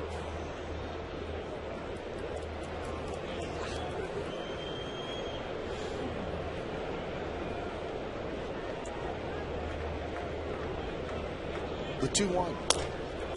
Squibbed out to it short. They can't get the out at home, so they take it at first. And the Yankees lead 4-3 as Nunez scores an RBI for Gardner, and moving to third is Cervelli. Well, I don't know if Nunez was lucky here or this is just a great read off of the bat.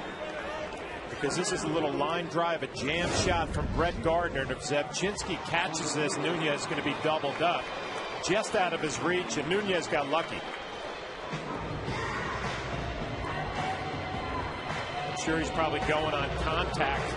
You got to freeze on a line drive just out of the reach of Zebchinski.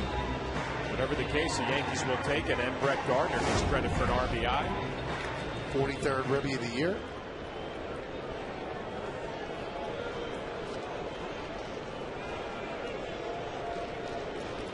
Here's Jeter. Pitch outside. 1-0.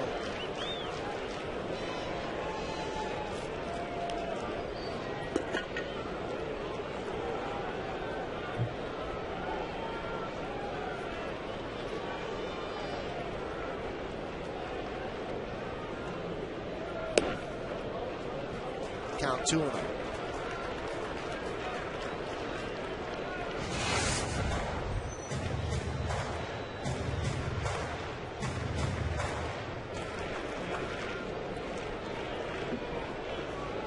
Francisco Cervelli taking his secondary lead in foul territory.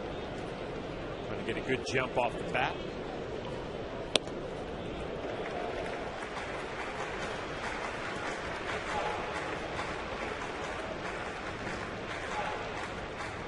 And Jesse Carlson, another left-hander warming. They have 4 lefties in the bullpen. Percy, Downs, Carlson, and Talent. 3-0. 3-1.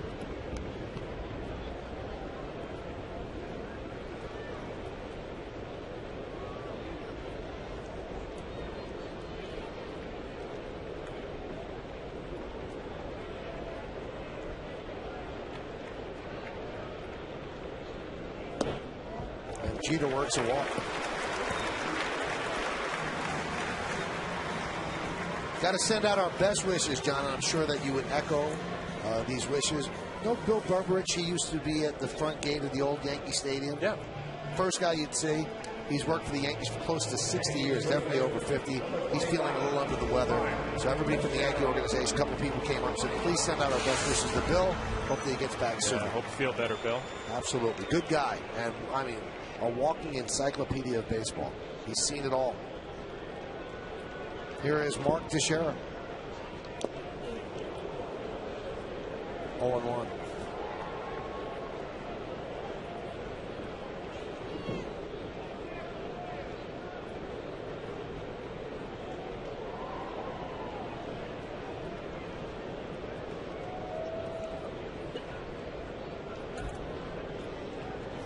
Swing and a miss. Count 0-2. Teixeira has flied out to left and walked in the third. 327 hitter this year with 2 outs and runners in scoring position.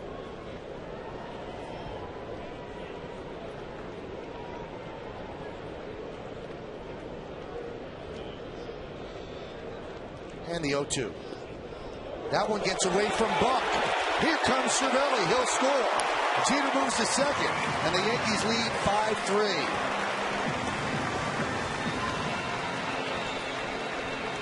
Unusual to see that from John Buck, an outstanding defensive catcher behind the plate. It looked like it hit the heel of his glove, caromed off of his chest protector. Over by the Yankee dugout, Cervelli's going to score easily with that good secondary lead. Derek Jeter moves himself into scoring position.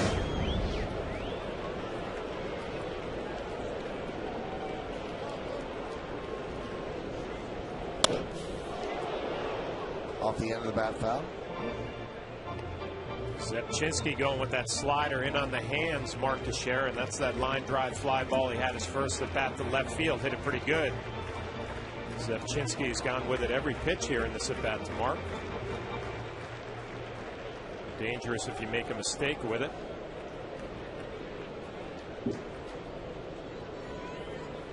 And the 1-2. And it plunks Teixeira. And he will take first.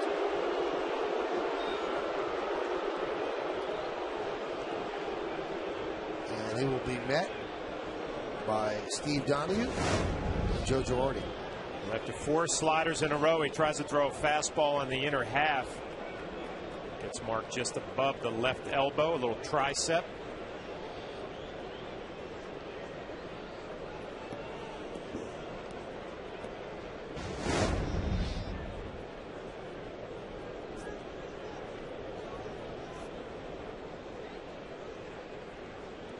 He's already got the bruise.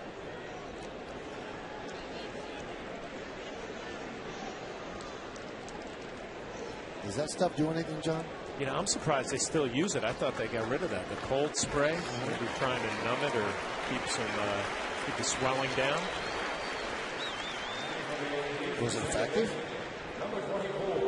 It would help you for like 5 seconds and then it goes away. I think it used to be called ethyl chloride. I don't know if that's still what it's called, if it's something else they use.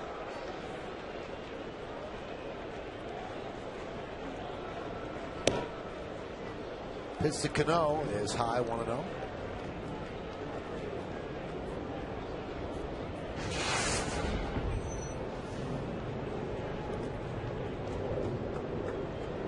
He had a big 2-run single with the bases loaded that tied the game at 3. That was in the 3rd inning. The 1-0. 2-0. Good take right there from Robinson Cano. Slider down and away. We saw him swing wildly his first at bat, or second at bat actually, at a first pitch slider down off the plate. Looks like he's seeing the ball a little bit better here his 3rd at bat. A lot of room in right center field. Vernon Wells, center fielder, shading Robinson the other way just a little bit.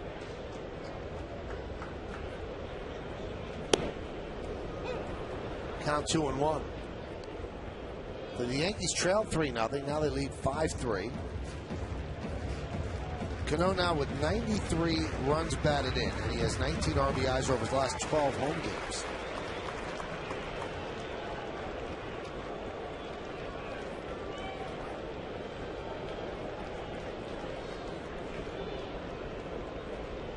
The 2-1.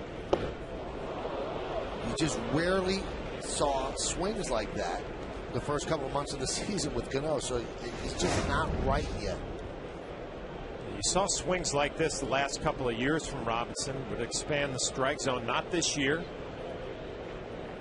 And just again a little bit off balance, maybe not picking up the break on the slider.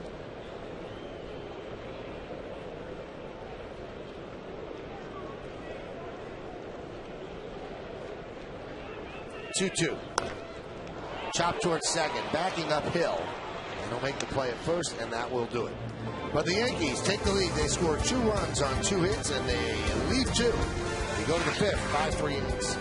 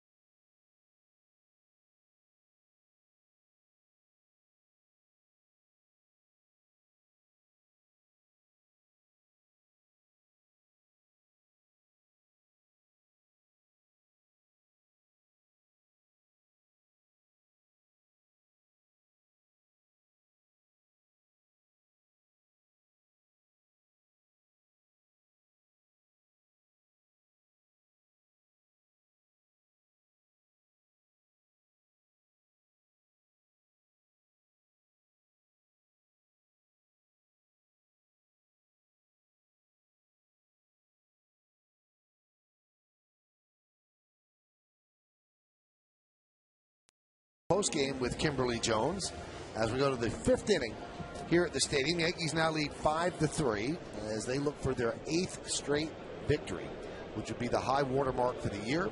5-6-0, leading 3-3-0, and it'll be the top of the Blue Jays order against Javier Vasquez. Wise 0 for 1 with a walk. 1-0.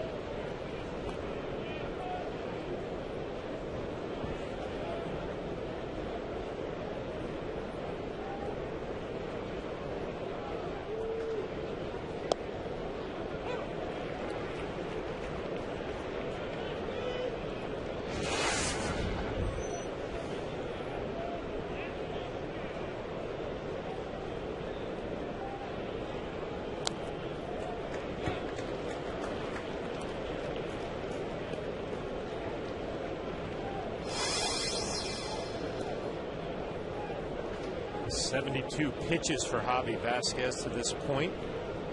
For 70 pitches his last relief outing, 55 the time before. Popped up. Gardner shades his eyes from the sun and puts it away. For the first out. It's time for another look at today's Toyota text poll. Once again, the question was, will Darrelle Revis play in the Jets season opener? You've been voting at 58-772, and here's how you voted. No, 76%, overwhelming majority. And Rex Ryan and Mike Tannenbaum were texting a lot to get that 24% in. Here's Aaron Hill. You'll be at that opener, John. I will be at that opener, but, you know, obviously I'm a Jet fan and season ticket holder, but I'd like to see him back. But we had a big night in the Flaherty household last night, a little fantasy football draft. Really? I was lucky enough to get the Jet defense in that draft with my son Logan. We're going to be co-owners of a team. So you didn't pick individual players, you would pick units? Well, defense, you go with a team's defense. Okay. And then you pick individual players like a quarterback, a running back, you know, wide receivers. It's a big night.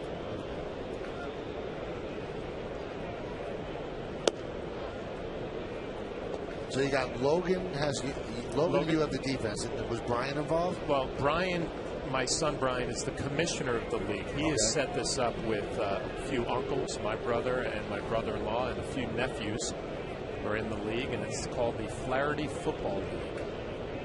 FFL. High fly ball, left field. Into the corner is Gardner, and he makes the play up against the wall for the second out. Brett Gardner having an interesting afternoon in left field. A lot of sun that he has to fight. He's got the glasses on, using the gloved shade. And also a little wind. The ball carrying right down the line, stays pretty true and in fair territory.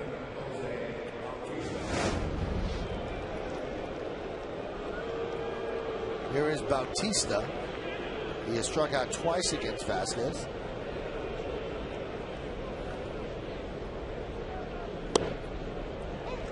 Using the breaking ball with him a lot in the count 0-1. Yeah, this has been an interesting game for Javi Vasquez. I mean, as I watch, I feel like he doesn't really have a whole lot. Fastball's not great. Location isn't good.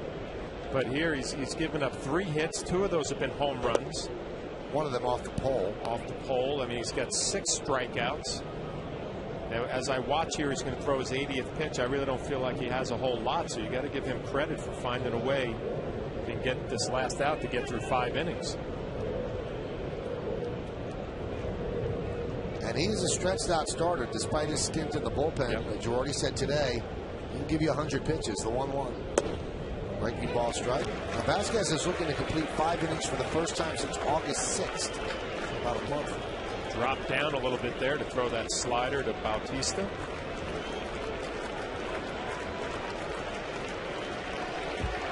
Here's Dustin Mosley. 1-2. Count 2-2.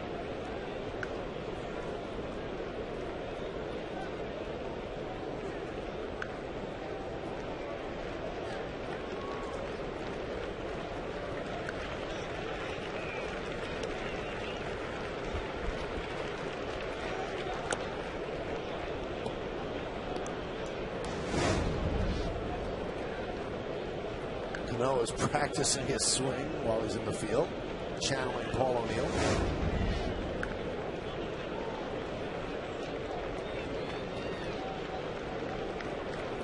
And the 3-2 inside. So a walk to Bautista, who has now walked 17 times against the Yankees this year. And now Dave Island will go out and talk with Vasquez. This copyrighted telecast is presented by authority of the New York Yankees and may not be reproduced or retransmitted in any form. And the accounts and descriptions of this game may not be disseminated without the express written consent of the New York Yankees. Happy birthday, Daniel. Wow, that's nice. This is the greatest candy on earth right there. That one. Strawberry Starburst. There's nothing better than that, John. And it's going away. Where's Daniel?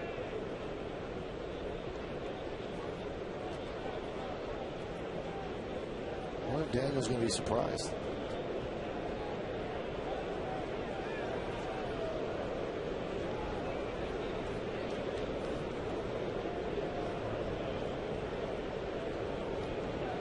There's Vernon Wells.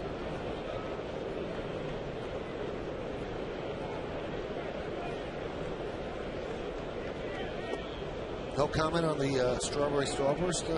No, I'm a big Starburst fan, but I enjoy my my Hershey's milk chocolate. Have to be my #1 favorite. Daniel's getting older by the day. Get him a cake, okay, guys? Was that Daniel? Pitch outside. He doesn't really look that amused.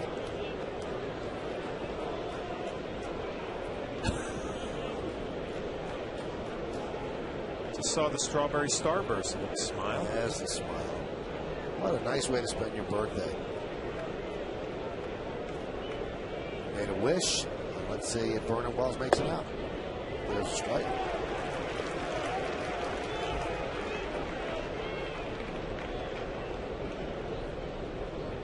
Somebody's got to be taking a picture.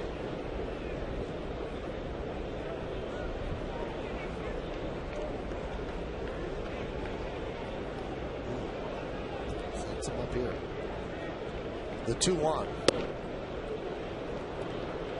3-1. Again, it is not easy for Javi Vasquez this afternoon. A fastball missed up and in. Cervelli telling him to keep that front shoulder in. Overbay on deck, who has a home run in this ball game.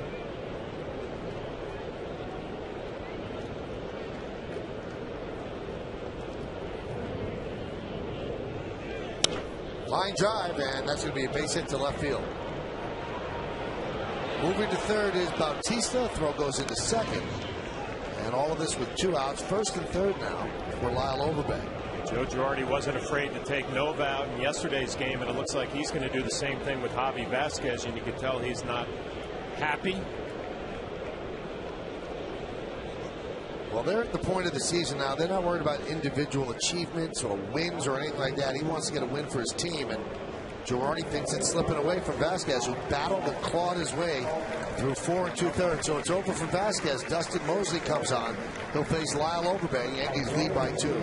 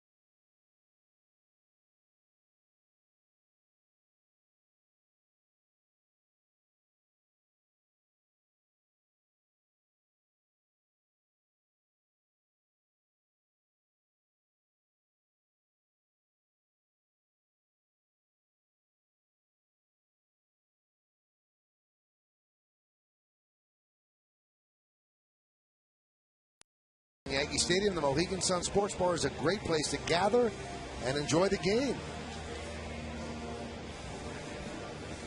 Well, they're enjoying this one. Javi Vasquez is not. He just got pulled from the game and out from getting a win. 4 2/3, 4 hits, 3 runs, 4 walks, 6 strikeouts, 88 pitches. And Joe Girardi makes the call to the bullpen, brought to you by AT&T. Rethink possible. And they go to Dustin Mosley, the gentleman who lost his spot in the rotation for Javi Vasquez. See how Dustin Mosley does pitching out of the bullpen. These are his numbers. 11 games, 7 starts. Good numbers against Overbay. 0 for 7. Overbay is against Mosley. Well, if the last 2 days have proven anything, Yankee pitchers better know you better perform. He's not going to keep you in there just get a win. Yeah, and I'm not surprised. I mean, we talked about Javi Vasquez. It's been a struggle all afternoon for him. He didn't look real happy. Obviously, Joe Girardi taking him out of the game. Line drive, a base hit down the right field line. Bautista scores. Wells rounding third. They are waving him home. Timms gets the ball to Cano. Cano fires home. Wells is in standing up. It's a game-tying 2-run double for Overbay, and it's 5-5. Sure, that's not going to make Javi Vasquez any happier sitting in the dugout, but he had a tough afternoon, didn't have a whole lot. Mosley goes with the changeup, and it pretty much stays middle of the plate. And Overbay was having a nice afternoon, a home run, now a double into the right field corner. Scores 2. We have a tie ball game. See Vernon Wells coming around second to third. Third base coach Brian Butterfield's going to wave him in. Standing up. There's John Buck with a runner on second. Overbay now has 3 ribbies on the day. Pitch outside, he hit the home run, and then the 2-run double. The ball never came out of the corner. And Marcus Timms, who obviously doesn't play right field a lot, hasn't really played the field since August 2nd. Took a long time to develop down there. Down 1-1. It looks like Marcus thinking the ball's going to come out a little bit quicker than it did.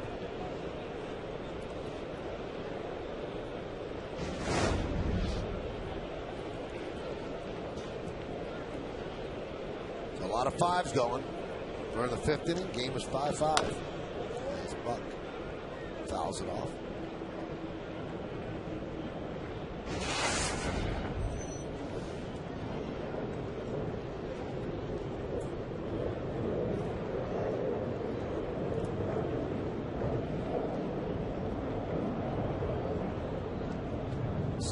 So Overbay now with 59 runs batted in. 3 today. Talk between Cervelli and Mosley. Boone Logan pitched yesterday up in the bullpen.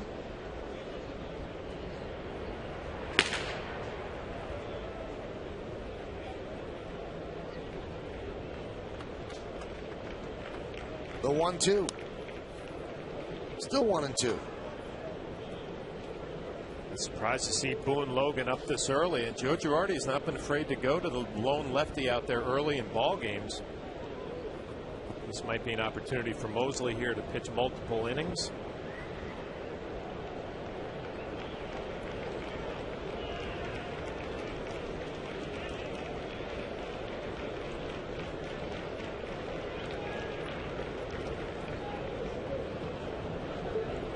Entering today, Mosley pitched 15 1/3 innings against the Blue Jays this year. He's allowed 7 runs, so doesn't seem to be a good match for this team.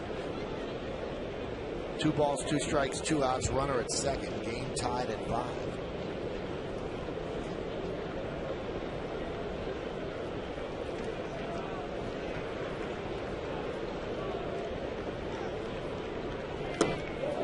Check swing, did he go? No.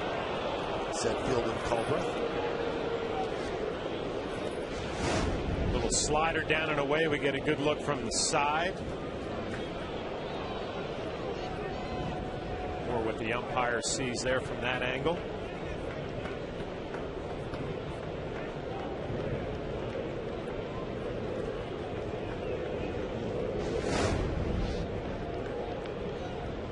22. Foul boy.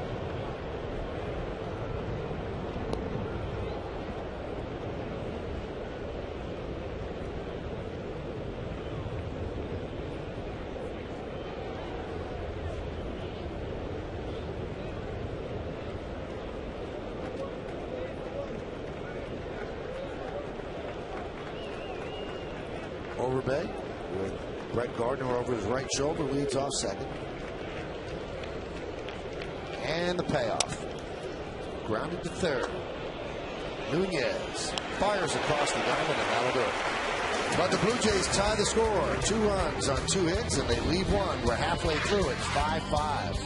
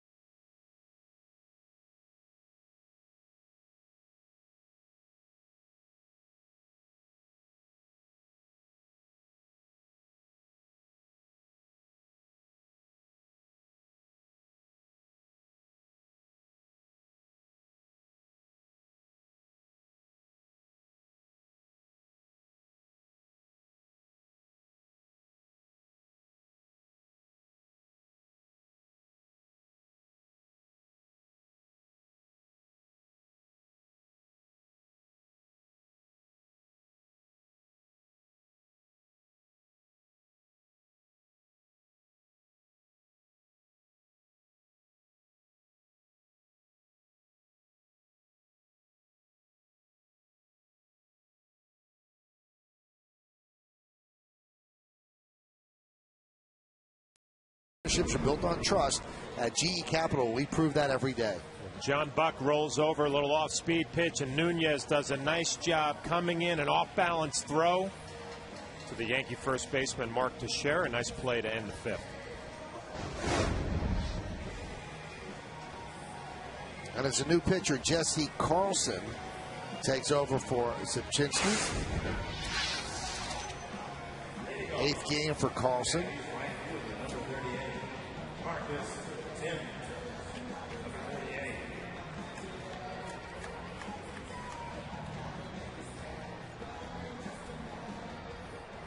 It'll be Timms, Berkman, and Granderson here in the bottom of the 5th inning in a game that's tied at 5.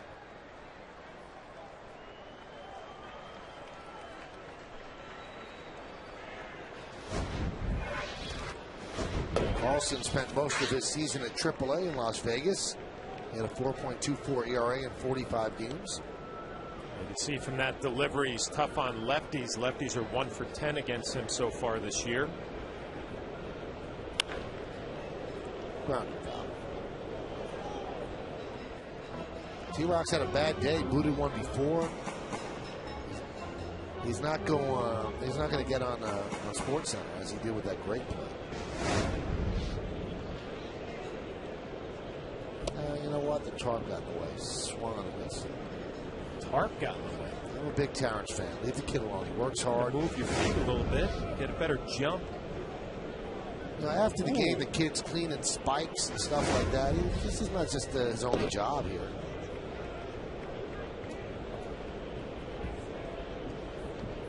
Everybody's so quick to judge in this world. I don't understand.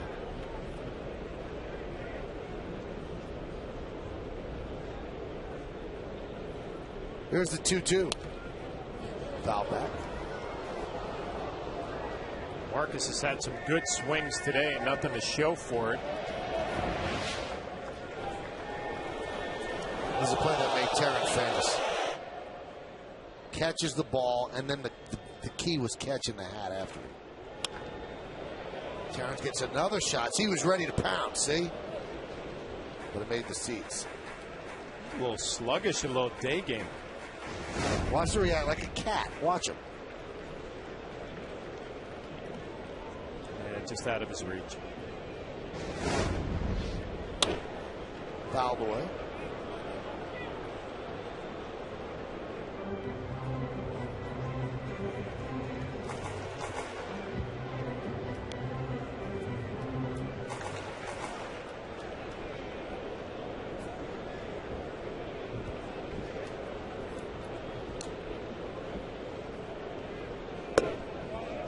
Count 3-2 to Timms.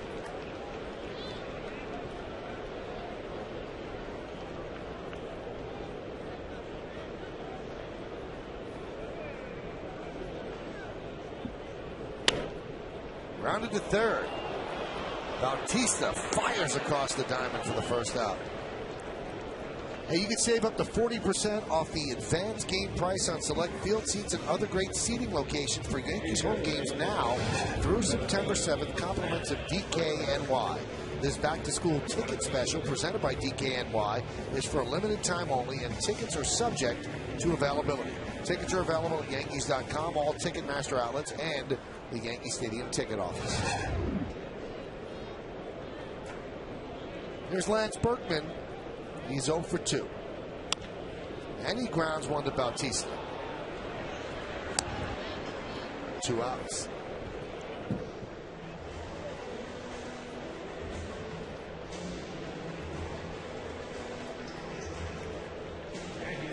And that's going to bring up Curtis Granderson. Granderson 1 for 2.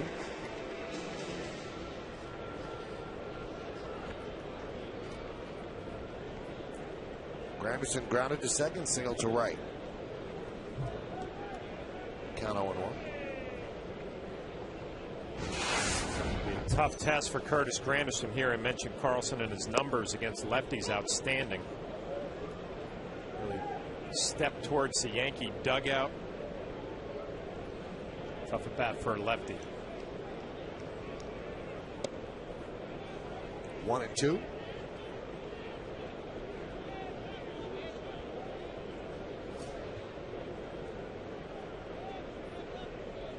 And the pitch. Swing and a miss. Impressive inning for Jesse Carlson as he retires the Yankees in order. Through 5, it becomes a battle of the bullpens with the game tied at 5.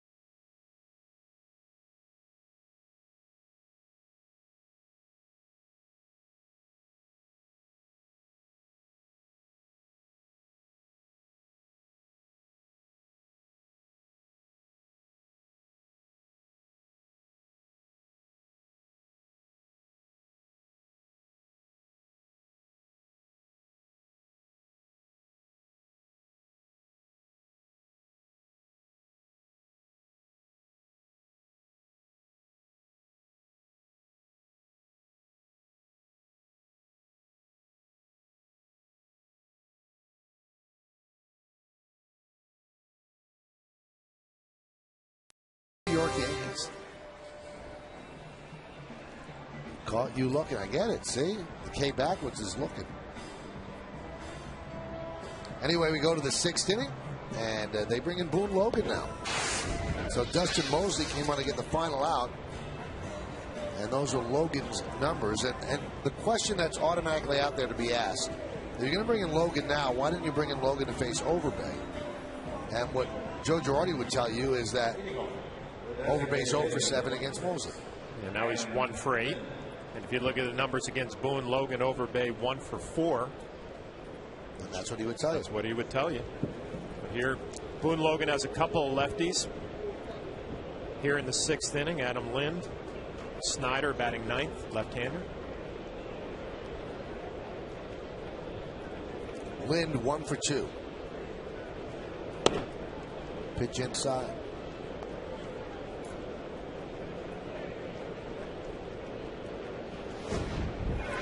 We've seen Joe Girardi not afraid to go to Boone Logan in the middle innings. His only lefty. Confidence in David Robertson, Kerry Wood, Jobber Chamberlain. Served into left field. Gardner makes the play on the back pedal. 1 out.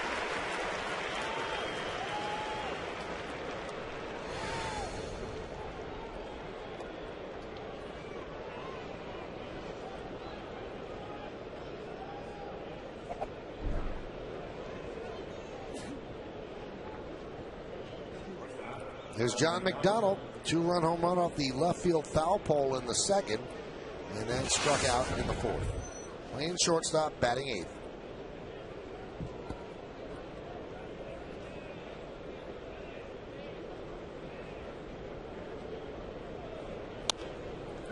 Popped up, right field. Marcus Timms for the 2nd out. Final game of the 3-game set is tomorrow. Let's take a look at the starting pitchers. Brought to you by Fios TV, Internet, and Phone. It's time for Fios. Brett Cecil having a good year for the Blue Jays against Phil Hughes having a good year for the Yankees. 16-6, 4.10. Our coverage begins at 12:30 with the pregame, and 1:08 will be the first pitch.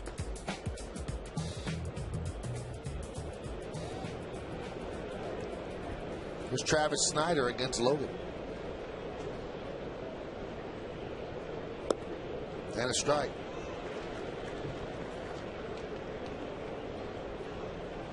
Strange way to get water in your eye. Good to the last drop. That was Damaso Marte, the count 1-1.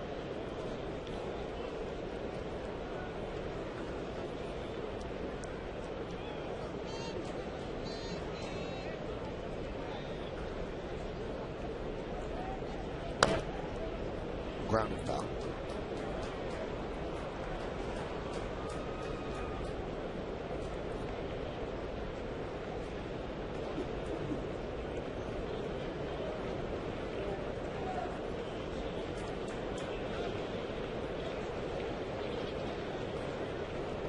And the 1-2 pitch. Swung on and missed.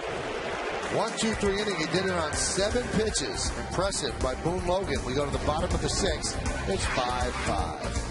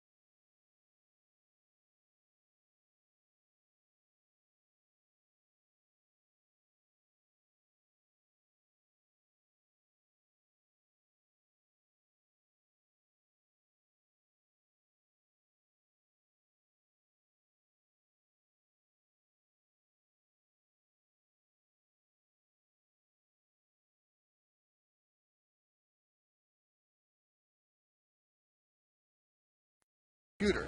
Visit Yankees.com to order and get more details. MLB.TV, baseball everywhere. Better hurry up. There's not much season left. We're in September. Eduardo Nunez leads off against Jesse Carlson. Now, I said after 5 innings, the game is now in the hands of the bullpen.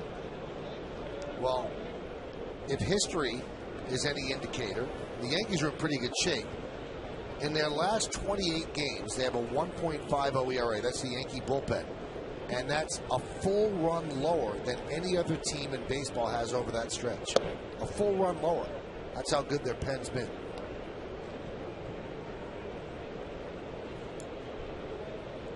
The Blue Jays have 8 pitchers in their bullpen as Nunez grounds it to McDonald.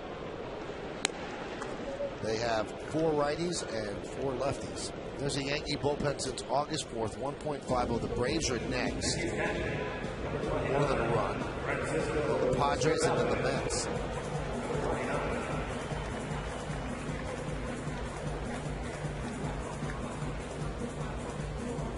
And we said this on the postgame yesterday, and all you have to do is look back. All 3 years of the Girardi-Island combination, they've taken a bullpen that was full of question marks at the beginning of the year and turned it into a strength by the time the end of the season came around. And there's something to be said for that. Every year we talk about, gee, their bullpen's in bad shape in April and May, and mixing, matching, and this year the addition of Kerry Wood certainly has helped. But in fairness, the bullpen was straightened out before they got Wood. Wood just made it even stronger. And that's a testament to Island and to Harkey out in the bullpen, and then, of course, Joe Girardi, the guy who makes the decisions. Jabba Chamberlain, foul away. You know, I think David Robertson really straightening out his season has really improved the whole bullpen, because then he moved into the later innings. Jabba was moved out of the 8th. He seemed to have gotten himself better since that time. You see David enjoying himself. It's amazing how one guy can change the whole dynamic of a bullpen. One guy gets hot pitches later, everybody else settles into better roles. Kerry Wood comes around, Boone Logan.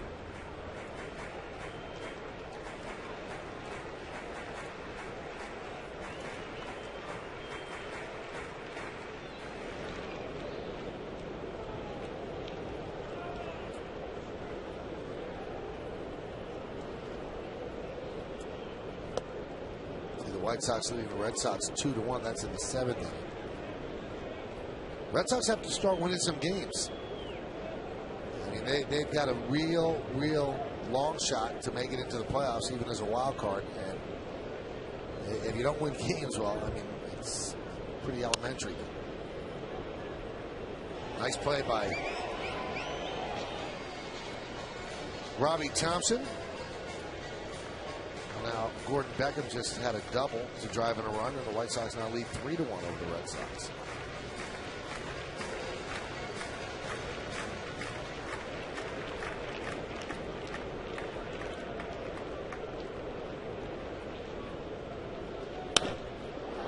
High fly ball, center field.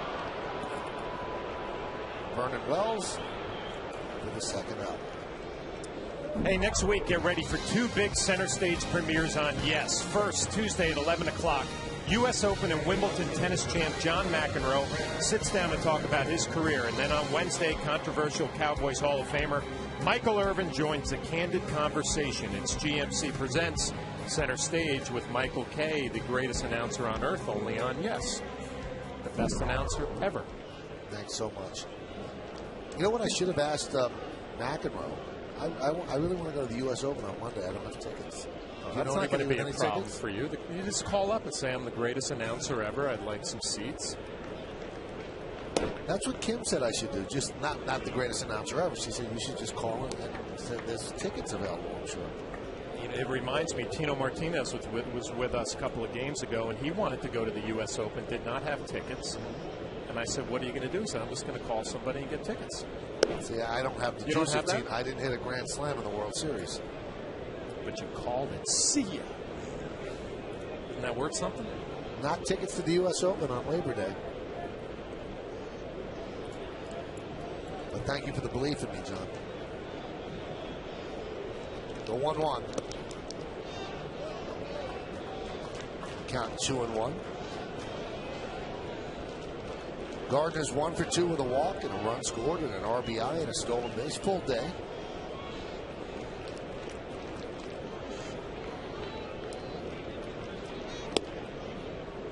There's a strike.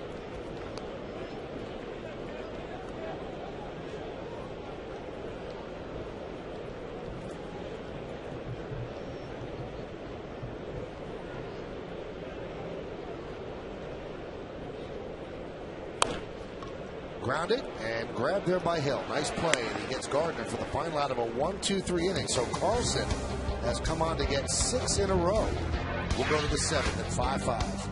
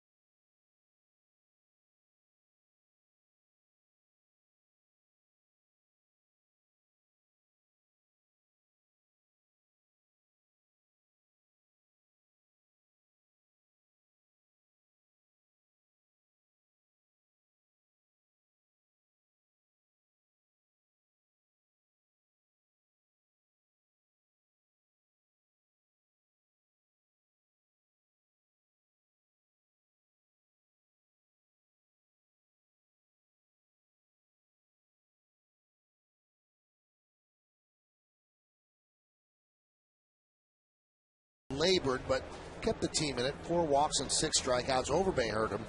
2 for 2. One of those 2 against Dustin Mosley, a 2-run double that tied the game. And Robinson Cano picked up a 2-run single with the bases loaded as he continues to thrive with the bases jammed. Labor Day weekend here at the stadium, close to a full house, and Dwayne Wise leads off. Ground ball up the middle and through for a base hit. So Wise leads off with a single. They kept Logan in just to get the lefty Wise. Now here comes Joe Girardi. He is going to go to the bullpen on the Verizon Wireless scoreboard. It's 5-5. Identical line scores 5, 6, and 0. So Girardi will go to his 4th pitcher. Looks like it's going to be Jabba Chamberlain. Chamberlain against Hill when we get back right here on Yes.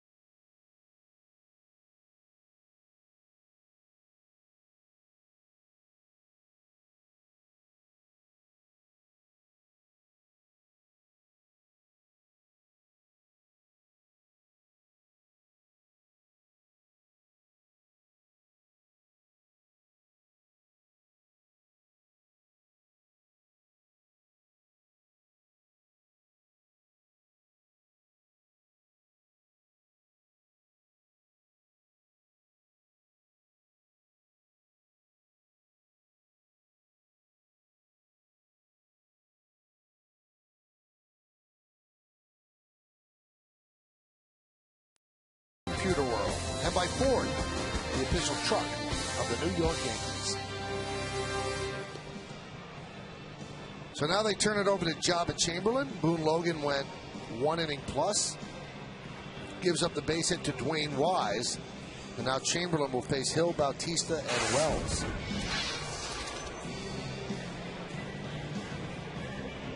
This will be his 60th game. 58 innings, 61 hits, 59 strikeouts. Now, since July 28th, though, Jabba has pitched to a 1.72 ERA with 14 of his 16 appearances scoreless. And he also seems to be throwing harder. Throwing harder and doing a nice job keeping that fastball down, but Hill has given him some problems in his career. 357, 5 for 14 with a home run.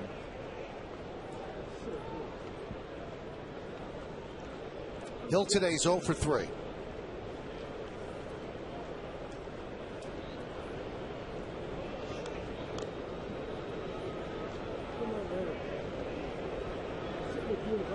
Wise has speed. He's stolen four stolen bases, has not been thrown out.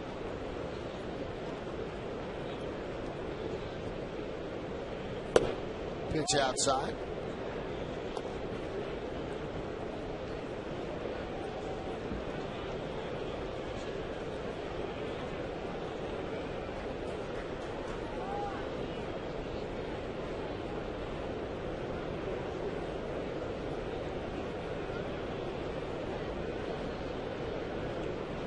The 1-0 pitch. Foul back. Now, John, let me ask you, are the guns that different from stadium to stadium, or is he that much of a range of 94 to 100? I think he's that much of a range. I mean, there are some days he comes out and you can tell he has greater velocity. I mean, there is some difference from gun to gun, but it's usually maybe 2 miles an hour off. Right. You know, it wouldn't be 4 or 5. But, you know, I think like a lot of relievers, there are some days that Jabba comes out of the pen feeling good, everything's right. The velocity is going to be up there. Other outings, maybe not feeling 100%. Really paying attention to Wise.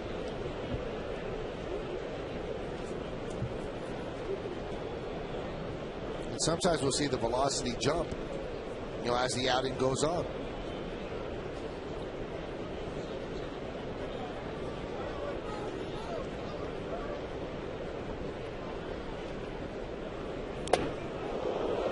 That was 95 miles an hour, and it just clipped Hill.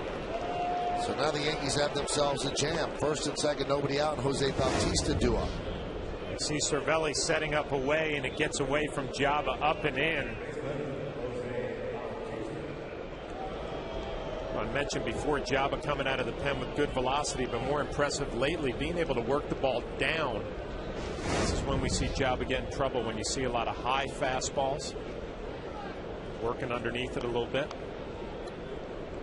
Now this should be an interesting matchup. Jose Bautista, who can turn around a fastball, and he likes the ball on the inside part of the plate. So is Jabba's location with his fastball what it should be? Now obviously his slider will play against what Bautista is going to try to do. We'll see how he works him. I think he's going to be very careful with Bautista. Starts him off with a breaking ball away.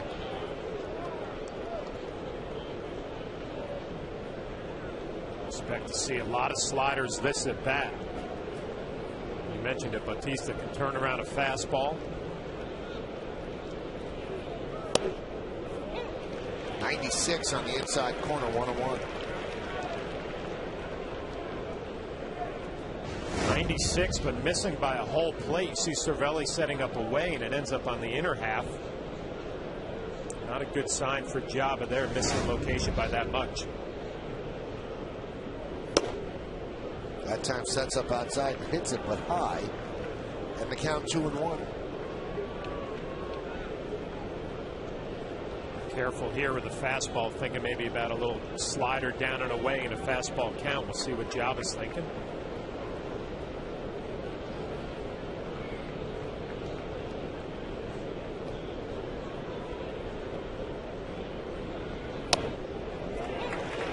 There's a breaking ball for a strike. Bautista thought it was too high. Yeah, it's a good pitch. You know, obviously having a big year, Bautista talks to the umpires a lot. Little get me over slider, maybe top of the zone. What Bautista's thinking. That's a pitch right there. If you're ready for it, you can hammer a little get me over slider up. Didn't like the call.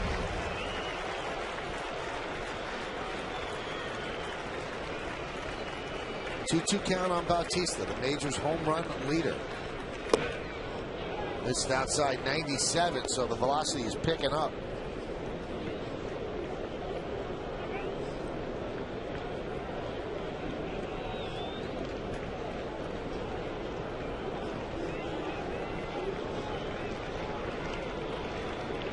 See if Java goes with the 3-2 slider. He has liked that pitch in his career. The pitch. Strike three. And Bautista is barking. How does he not get thrown out? He's obviously arguing and strikes some balls, and he is thrown out. I mean, Ed Hickox let him get away with a lot. He's really barking. Bautista was talking the whole at bat. He didn't like the 2-1 slider that was maybe borderline up. We'll take a look at this one. And that looks like it's off the plate. And that's a ball. Well, he's got a lot to argue about, but you're not supposed to argue balls and strikes. So he gets tossed out. Now Cito Gaston, the manager of the Blue Jays, takes over the argument. Let's look at the pitch-by-pitch to Bautista, brought to you by Suzuki Kizashi. Look how Java Chamberlain attacked a little first pitch slider, ball one, pretty close pitch, fastball for a strike, fastball up and away, ball two. Here's the 2-1 slider. He gets the call for strike two, fastball down, ball three, and then a 3-2 slider off the plate. Java Chamberlain gets the call.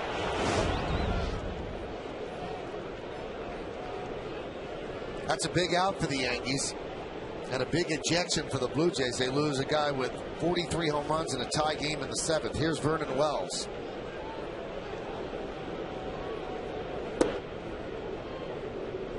And the count 1-0.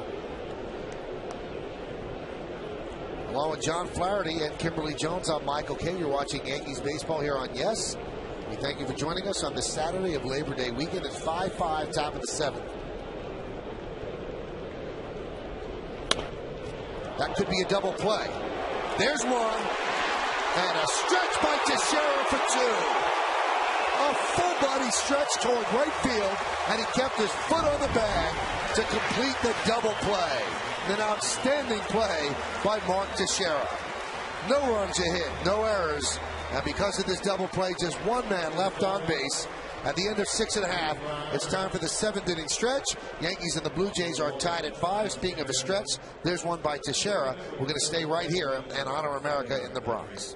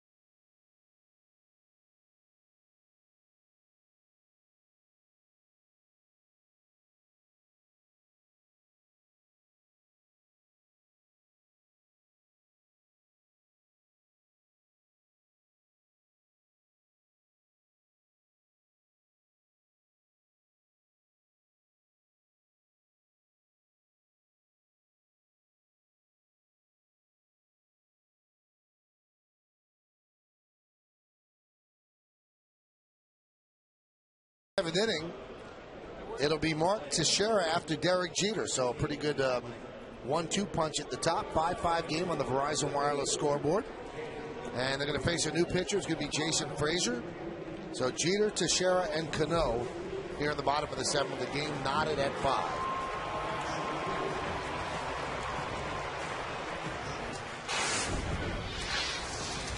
Those are the numbers on Jason.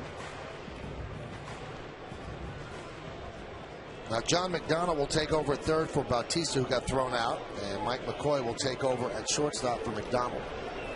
Derek Jeter, fly ball to right in the first, an RBI double inside third in the third, then he was walked in the fourth.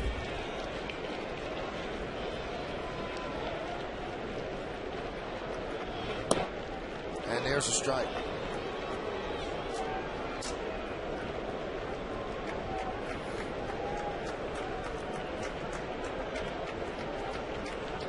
Derek, a double and an RBI. Still an off-balance swing, rolling a ground ball down the third base line. You're kind of waiting for that one good swing, a line drive to right field, get him back on track. But it is interesting what Kevin Long has been saying. He just needs a hit. So even if you want to bat it the wrong way in the third, he picked up an RBI double, so he feels better when he steps into the box.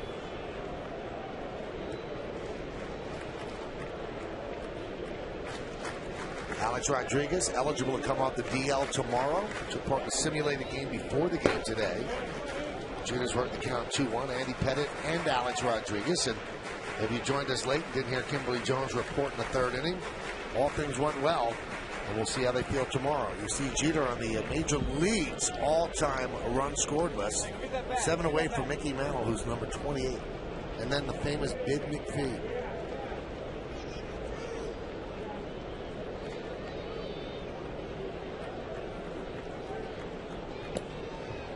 Sir, if it says 7, we know it's Mantle. And the 2-1. That's the pitch that he's been rolling over, John. Yeah, and it's a slider down and away, and you know, it's just unusual. It's almost like when Robinson Cano has an off-balance swing. When Derek Jeter is early with the off-speed pitches, reaching out and lunging, it jumps out at you because you're just not used to seeing it. Always so good at letting the ball travel to him. Now it looks like he's kind of going out and reaching for it. Jeter 4 for 22 lifetime against Frazier. That one right in on the hands, foul back. It's hard to do as a hitter, but you have to almost force yourself to let the ball travel and get jammed.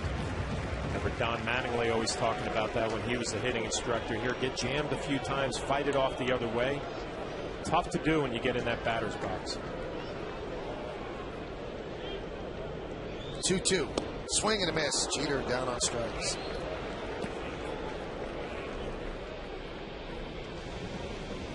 Today and throughout the Yankee season on Yes, we're asking you to vote along with us for the Chevy Player of the Game.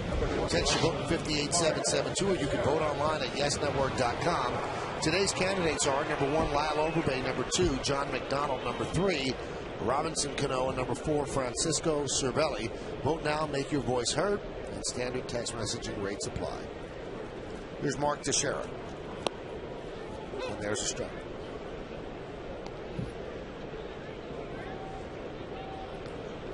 Teixeira 0 for 1.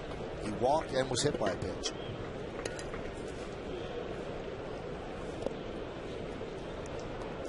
One and one.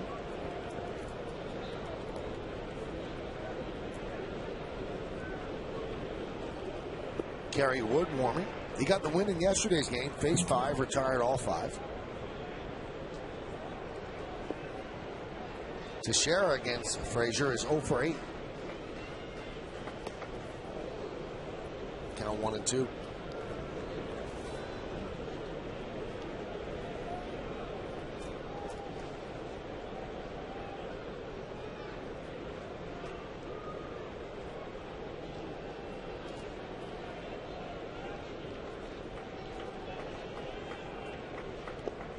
Yankees have been very successful of late at home.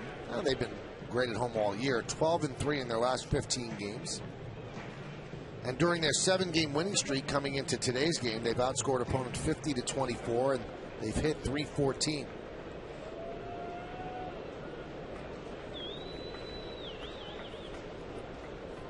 hot at the right time down the stretch, trying to hold off the Tampa Bay Rays. The 2-2. 3-2.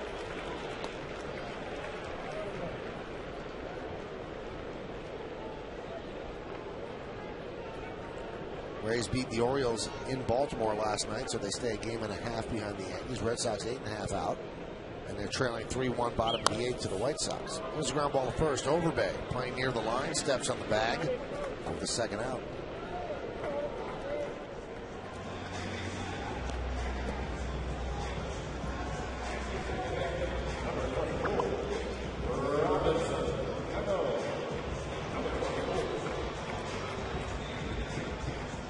This is the Yankees' second 7-game winning streak of the year. Last year, they had 6 streaks of 7 or more games as they headed to their 27th world title.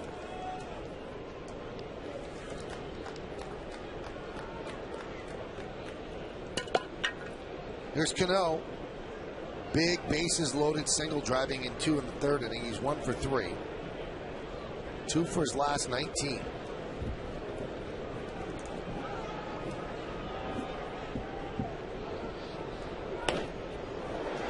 And there's a base hit to center field.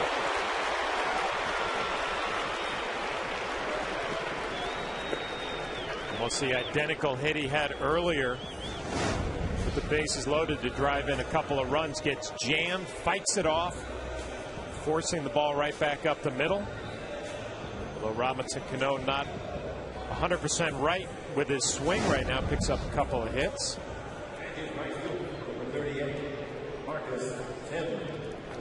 48th multi-hit game for Cano. So 96 hits, or at least 96 hits in 48 games. Here's Marcus Thames.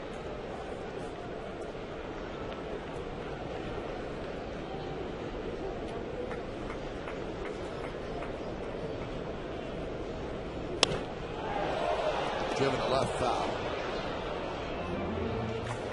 Mentioned this earlier. Marcus Thames has had some good swings today.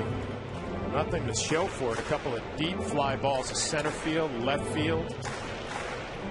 Good swing right there. It's a little bit too quick with the slider.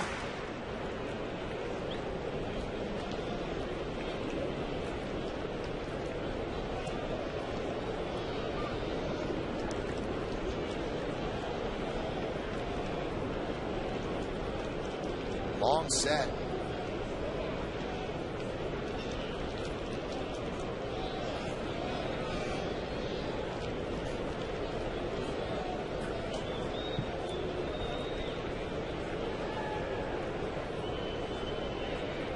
The 0-1. Driven deep to left field. Going back Snyder. On the track. Looking up. See ya! A 2-run home run from Marcus Thames. And the Yankees lead 7-5. His specialty is hitting left-handers. But that's his 11th home run. And 7 have come against right-handers. Big swing of the bat for Marcus Thames for the Yankees. Also for him, he's been swinging the bat good all day. Just missed a couple of home runs earlier with some deep fly balls. He gets a slider, middle of the plate here. Nice extension. The wind blowing out today. He didn't need any help, but this is going to go a long way because of that. It's 11th of the year. Pumped up as he rounds first base.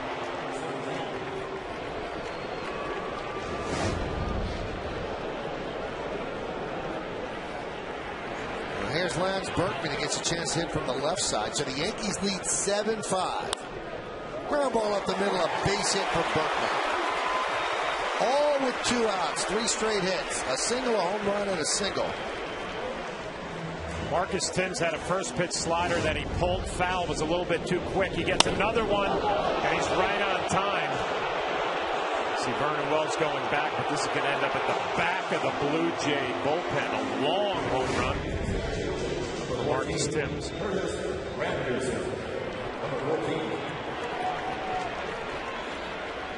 Last 10 games, 7 of his 11 home runs.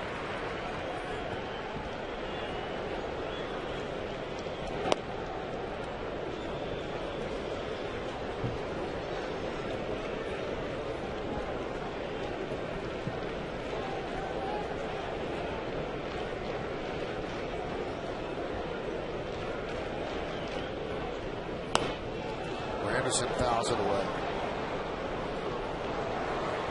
Michael, you can just go up and down the ball club and look at guys who have gotten hot since Alex Rodriguez has missed some time. Marcus Thames, Curtis Granderson, Mark Teixeira.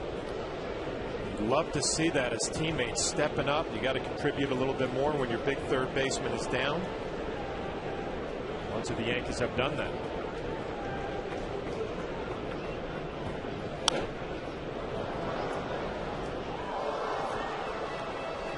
Count 1 and 2.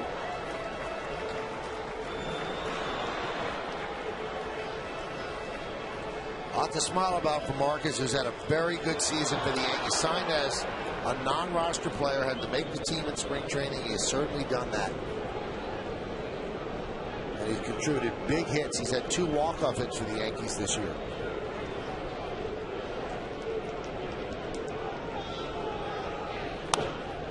Slow ground ball to McCoy. Goes across the diamond to get Granderson, and that'll do it. But the Yankees get 2 runs on 3 hits, no errors, and 1 man left. The big hit, though, a long home run off the bat of Marcus Thames. A 2-run shot. We go to the 8th. Yankees up 7-5.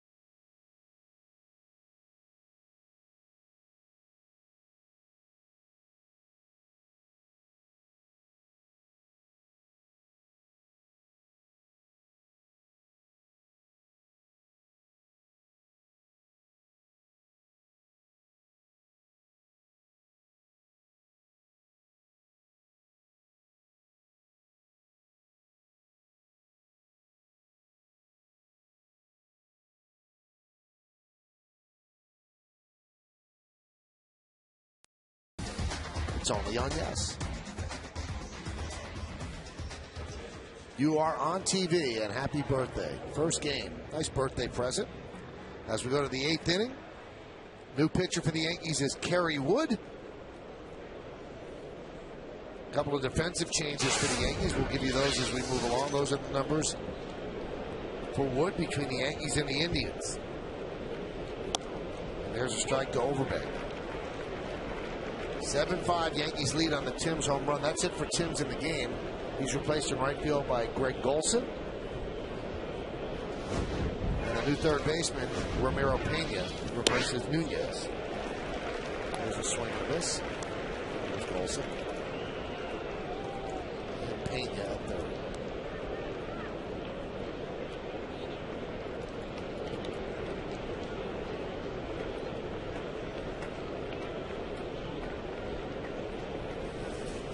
Swing and a miss, overpowering Overbay. And Overbay has had a nice day swinging the bat, but Kerry Wood comes right at him. 3 fastballs in a row, the last 2 up in the zone. And Overbay could not catch up. Since coming over to the Yankees, those are his numbers, but this is the first time he's worked back-to-back days. They're trying to find out about him as they move deeper into September than the postseason. John, you've talked about Dave Island made a slight adjustment. I wonder how much effect going into a pennant race does on the play. Because with the Indians, what did it mean? Every game didn't mean anything. This means everything every game. No, I'm sure it has a lot to do with it. Knocked down by Teixeira, flips to Wood, and they retire Buck. Well, I know Kerry was excited to come over here, like you said, obviously for a playoff push. Then you get a little adjustment, a little higher arm angle. Your stuff gets better. You see Buck right off the end of the bat. A little spin on that ball. Gets away from Mark Teixeira. Does a nice job knocking it down. Plenty of time to get John Buck. Good job by Kerry Wood getting over there. I think it's a perfect combination with a guy who obviously a veteran. Little playoff push, new atmosphere, mechanical adjustment. You got a dangerous late inning reliever. There's Adam Lynn and a strike. Well, the Yankee bullpen didn't allow a run yesterday, and it's trying to do the same thing today. Now, Dustin Mosley came on and gave up a 2-run double, but no runs were charged to him. Those runs were allowed by Javier Vasquez.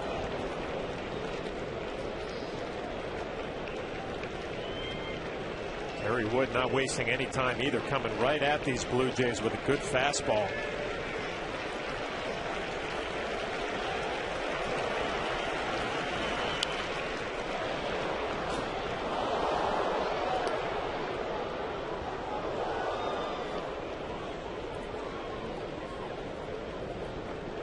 Last year, Wood developed a cutter for the first time. This year, 26% of Wood's pitches are cutters.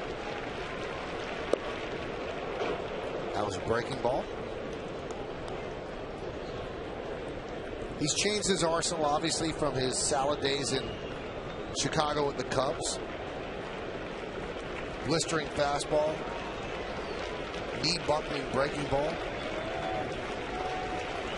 A 1-2. Driven out to left field. Gardner back. And he makes the play. A 10-pitch, 1-2-3 inning for Kerry Wood and the Yankees. Yankees coming up to bat in the bottom of the 8th. They're leading 7-5, looking for more.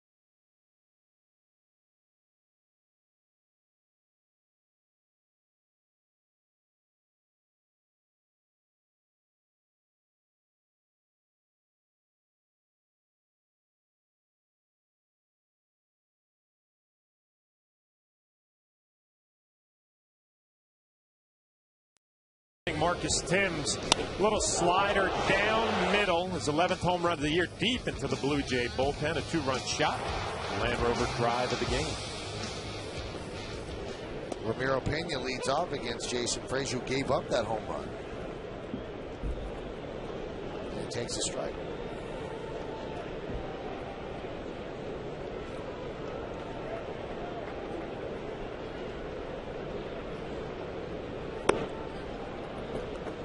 And the count 1-1.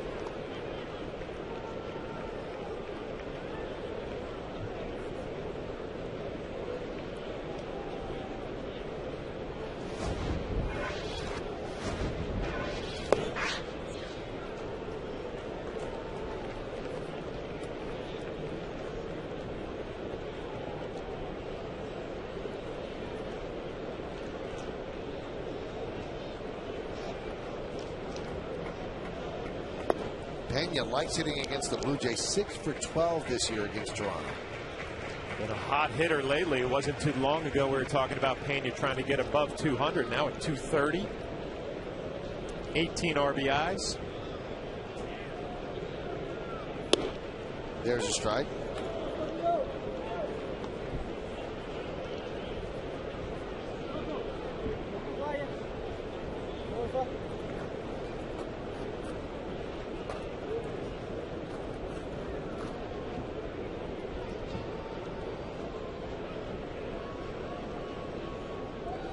And he walks. So a walk to Pena to start up the 8th.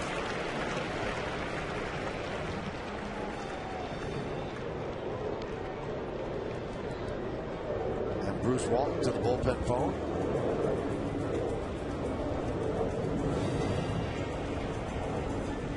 Cito Gaston in his final month managing this team, he has said that he is going to leave the Blue Jays and become an advisor to the head of the Blue Jays, Paul Beeston.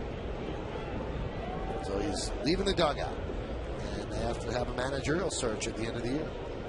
It'd be a tough decision. I mean, we've talked a little bit about their good young rotation. They played above 500 baseball this year. You got to expect some better things from Toronto in the years coming up.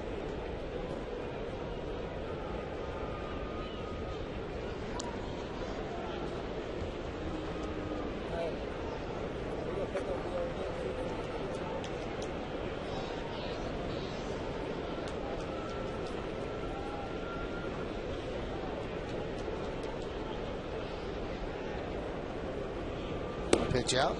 Now their third base coach, Brian Butterfield, obviously someone who is going to be considered for that role, and I'm sure he would like the players to love him. He was the bench coach last year, a third base coach, really well respected around the game. Was an outstanding baseball man out of the Yankee system. And his dad, Jack Butterfield, used to be a player development guy, so he's been a coach for a long time. I'm sure he'd like a shot as a manager. But they're going to have a wide open interview process to see who they're going to bring in. Runner goes, and the ball fouled back. And Cito's going to be a part of it because he's an advisor and somebody that Beeston really respects. Cito, 2 world championships with the Blue Jays in '92 and '93. 4 American League East titles, and he has 878 wins with the Blue Jays. That's the most in franchise history. So 2 stints from '89 to '97, 2008 to now. And there's a strike.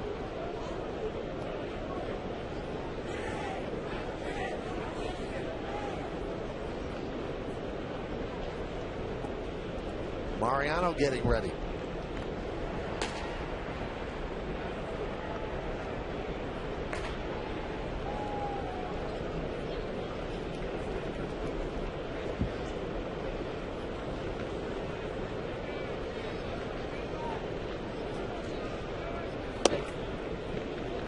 Count 2-2.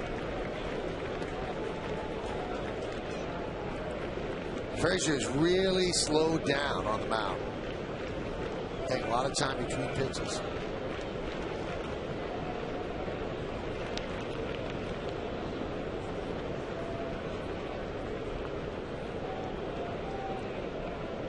Two balls, 2 strikes. Cervelli waits. The pitch, and it's fouled out.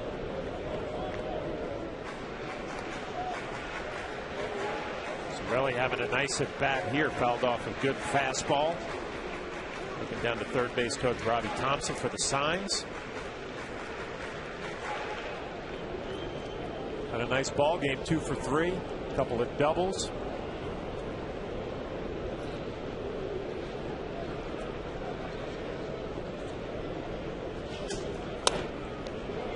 Lofted into shallow right center. Vernon Wells got a good jump, and he makes the play. Look where he is to make that play for the first out.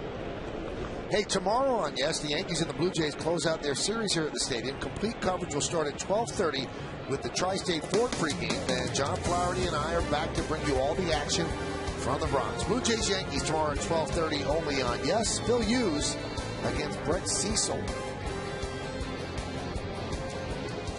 So with the lefty Gardner coming up, Cito Gaston's going to go to the bullpen and bring in one of his lefties in the bullpen to face Gardner. and keep it right here at 7-5. David Percy is the guy who's going to get the call. Percy against Gardner. Runner on first with one out. You stay right where you are. You're watching Yes.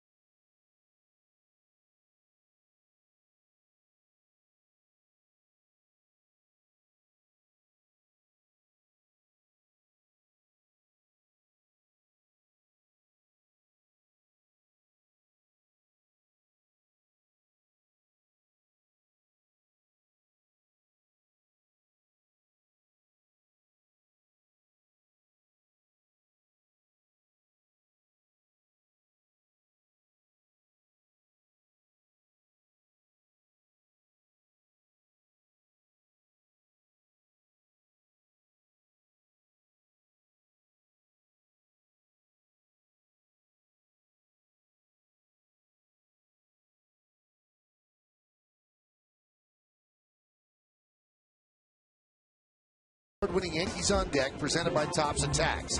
Andy Pettit gives you tips on how to perfect your pitching. Plus, Ramiro Pena takes us out of the park and into the kitchen. It's all today after the postgame, only on Yes. John, and your professional clarity pieces are outstanding on that show. Thank you, Mike. Very, very informative, too. David Percy takes over. This will be his 26th game. 28 base runners in 26 innings, which is very good. 23 strikeouts, so good numbers, and they bring in the lefty to try to get Gardner. Although Gardner doesn't seem as if he's really neutralized by lefties. And the fact that Girardi has him batting leadoff today against the left-handed starter tells you that he doesn't think he's been neutralized either. Coming into today just under 260 batting against lefties. Not great, but certainly not shutting them down. 3-1, it's a final, so the White Sox beat the Red Sox in the first game of their day-night doubleheader. So the Yankees could pick up a full game on the Red Sox.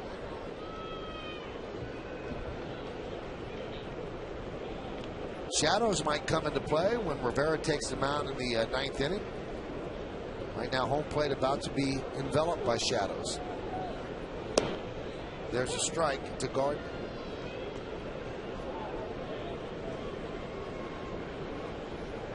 Seven 790-2560.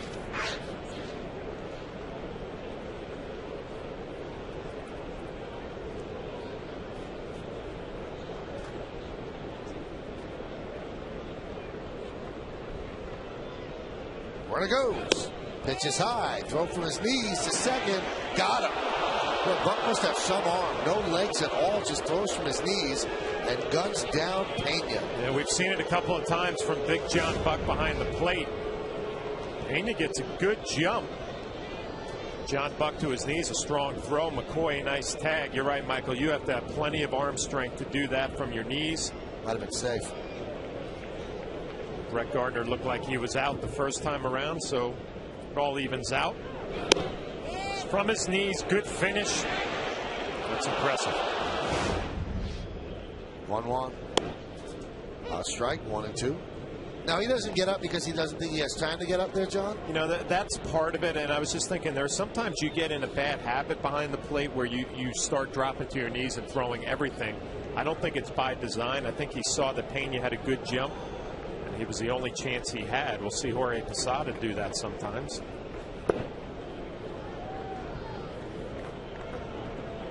Obviously, where the pitch is located will dictate if you can do that at a good pitch to throw.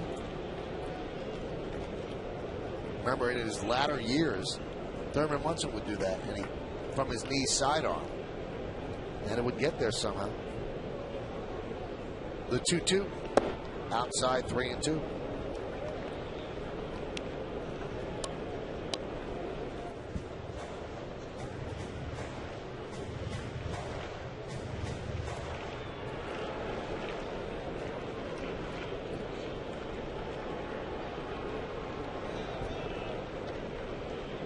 And the full count delivery. Foul back. The only two other games that were going on, 1 o'clock starts, they're over now. We showed you the White Sox beating the Red Sox 3-1. And the Mets lose to the Cubs 5-3. So Gardner has a full count, and coming into today, he was 11th in the league in full counts. Means he sees a lot of pitches, and that's what you want a leadoff guy to do, especially in his first at bat. 3-2, and he walks. Second walk issued to Gardner, and that's going to bring up Jeter.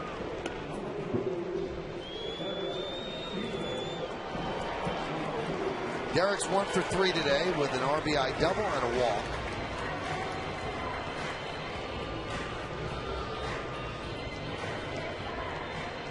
Percentage of swings, 31.2% of the pitches he sees he swings at. That's the lowest in the American League.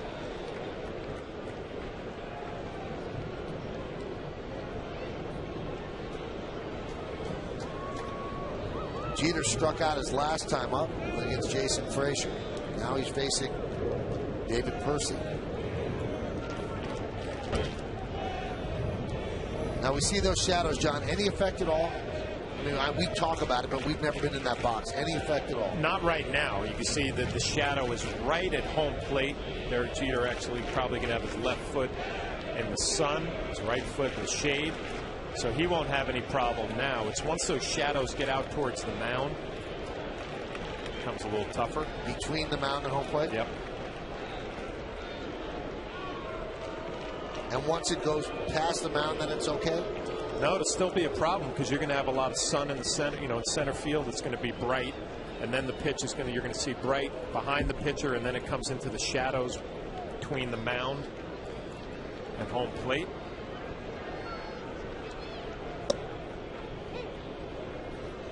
So this is the least effective. Yes, right now.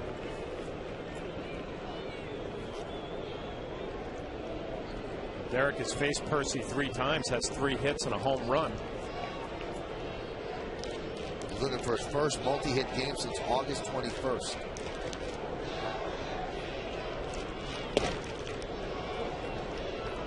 Derek has 4 hits in his last 37 at-bats.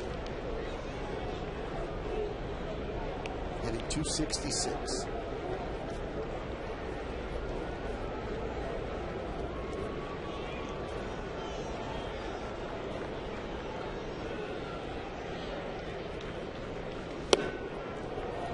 Count 1-2.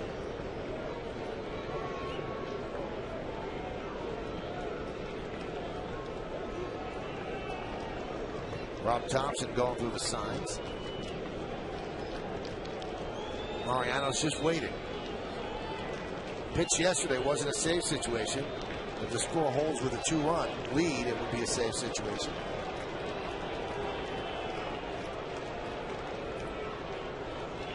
Paying a lot of attention to Gardner.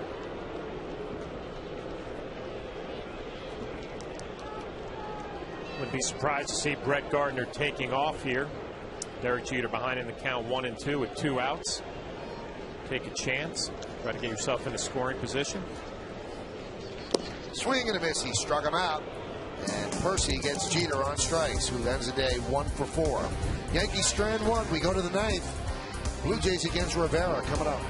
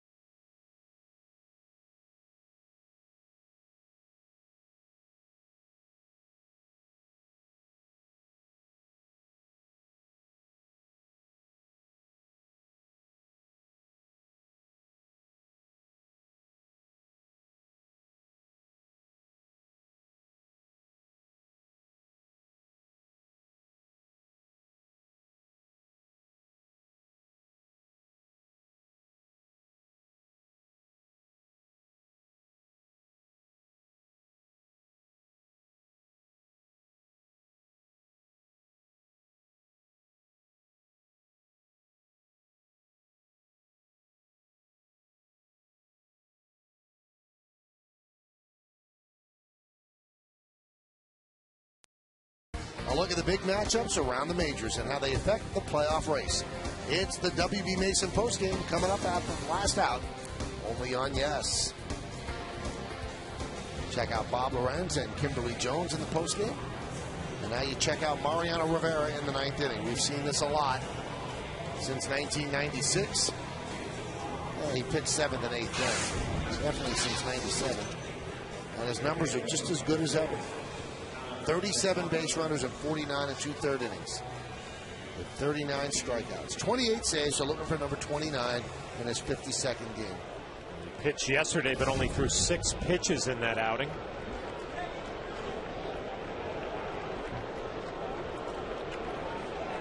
So John McDonald will start it off.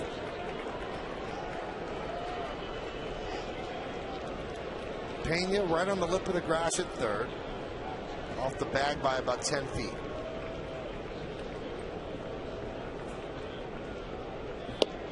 A strike.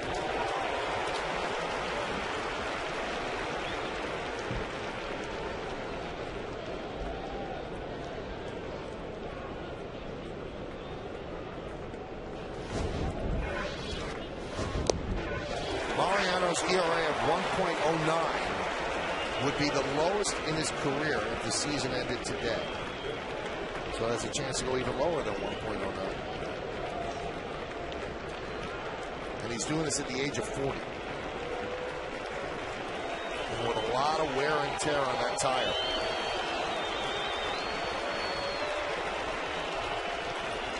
The 0-2 spoils it.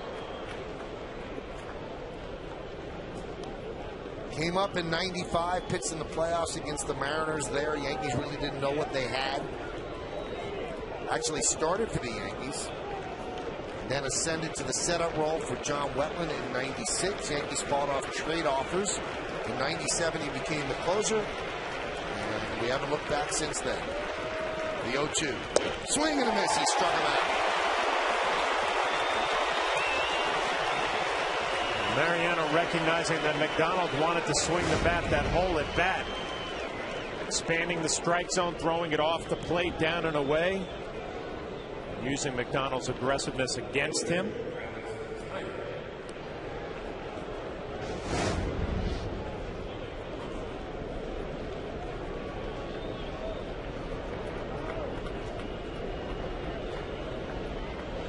Travis Snyder fouls it off. Mo has allowed just 28 hits this year. His career low was 35 hits, which he allowed in an injury-shortened 2002. Yankees looking for their 8th straight win. That'd be their high watermark for the year. Yeah, we talked about it during this winning streak. I mean, it's been a good combination. When the starter hasn't been great, the bullpen has been good. Other games, the starting staff has done a nice job. The offense hasn't scored that many. It's been a nice combination here through 7 games. Count 1-2. Today, Vasquez started, and then the bullpen combination of Mosley, Logan, Chamberlain, Wood, and Rivera trying to close it out. We said after 5 it was a battle of the bullpens. One mistake by Jason Frazier. And a 2-run home run by Timms is the difference. A 1-hopper to Cano. And the Blue Jays are down to their final out.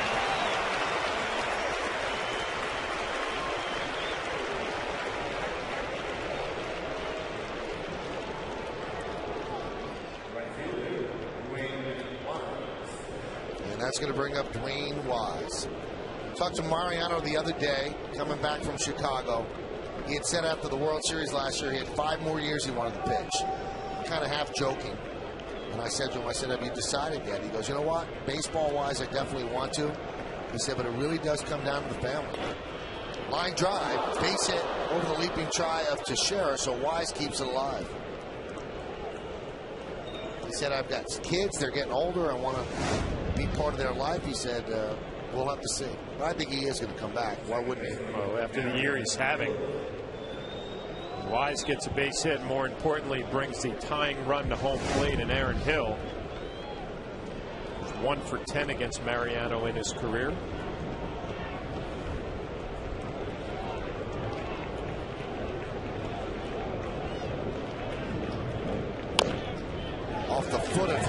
back to Rivera.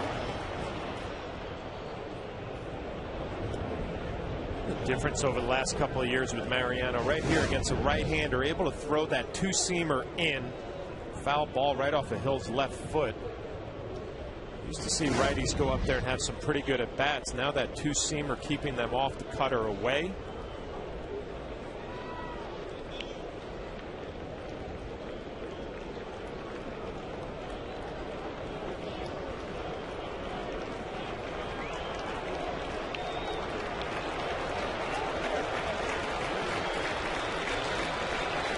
The 0-1 to Hill. Grounded foul. Now, if you're worried about the home run, he has allowed just one home run this year, and that was to Jason Kubel on May 16th. And that was a shocker. They usually are. Crowd of 47,478. Most of them standing. Looking for out number 3. Looking for win number 8 in a row. Rivera has it in his hands. The 0-2. Runner goes, no throw. He'll take second.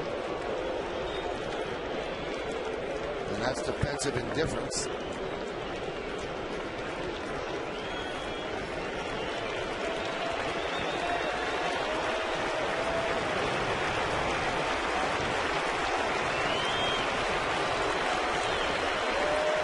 And the pitch. Inside. Really keeping the ball in on Hill, in on his hands. Couple of two-seamers. McCoy waiting on deck.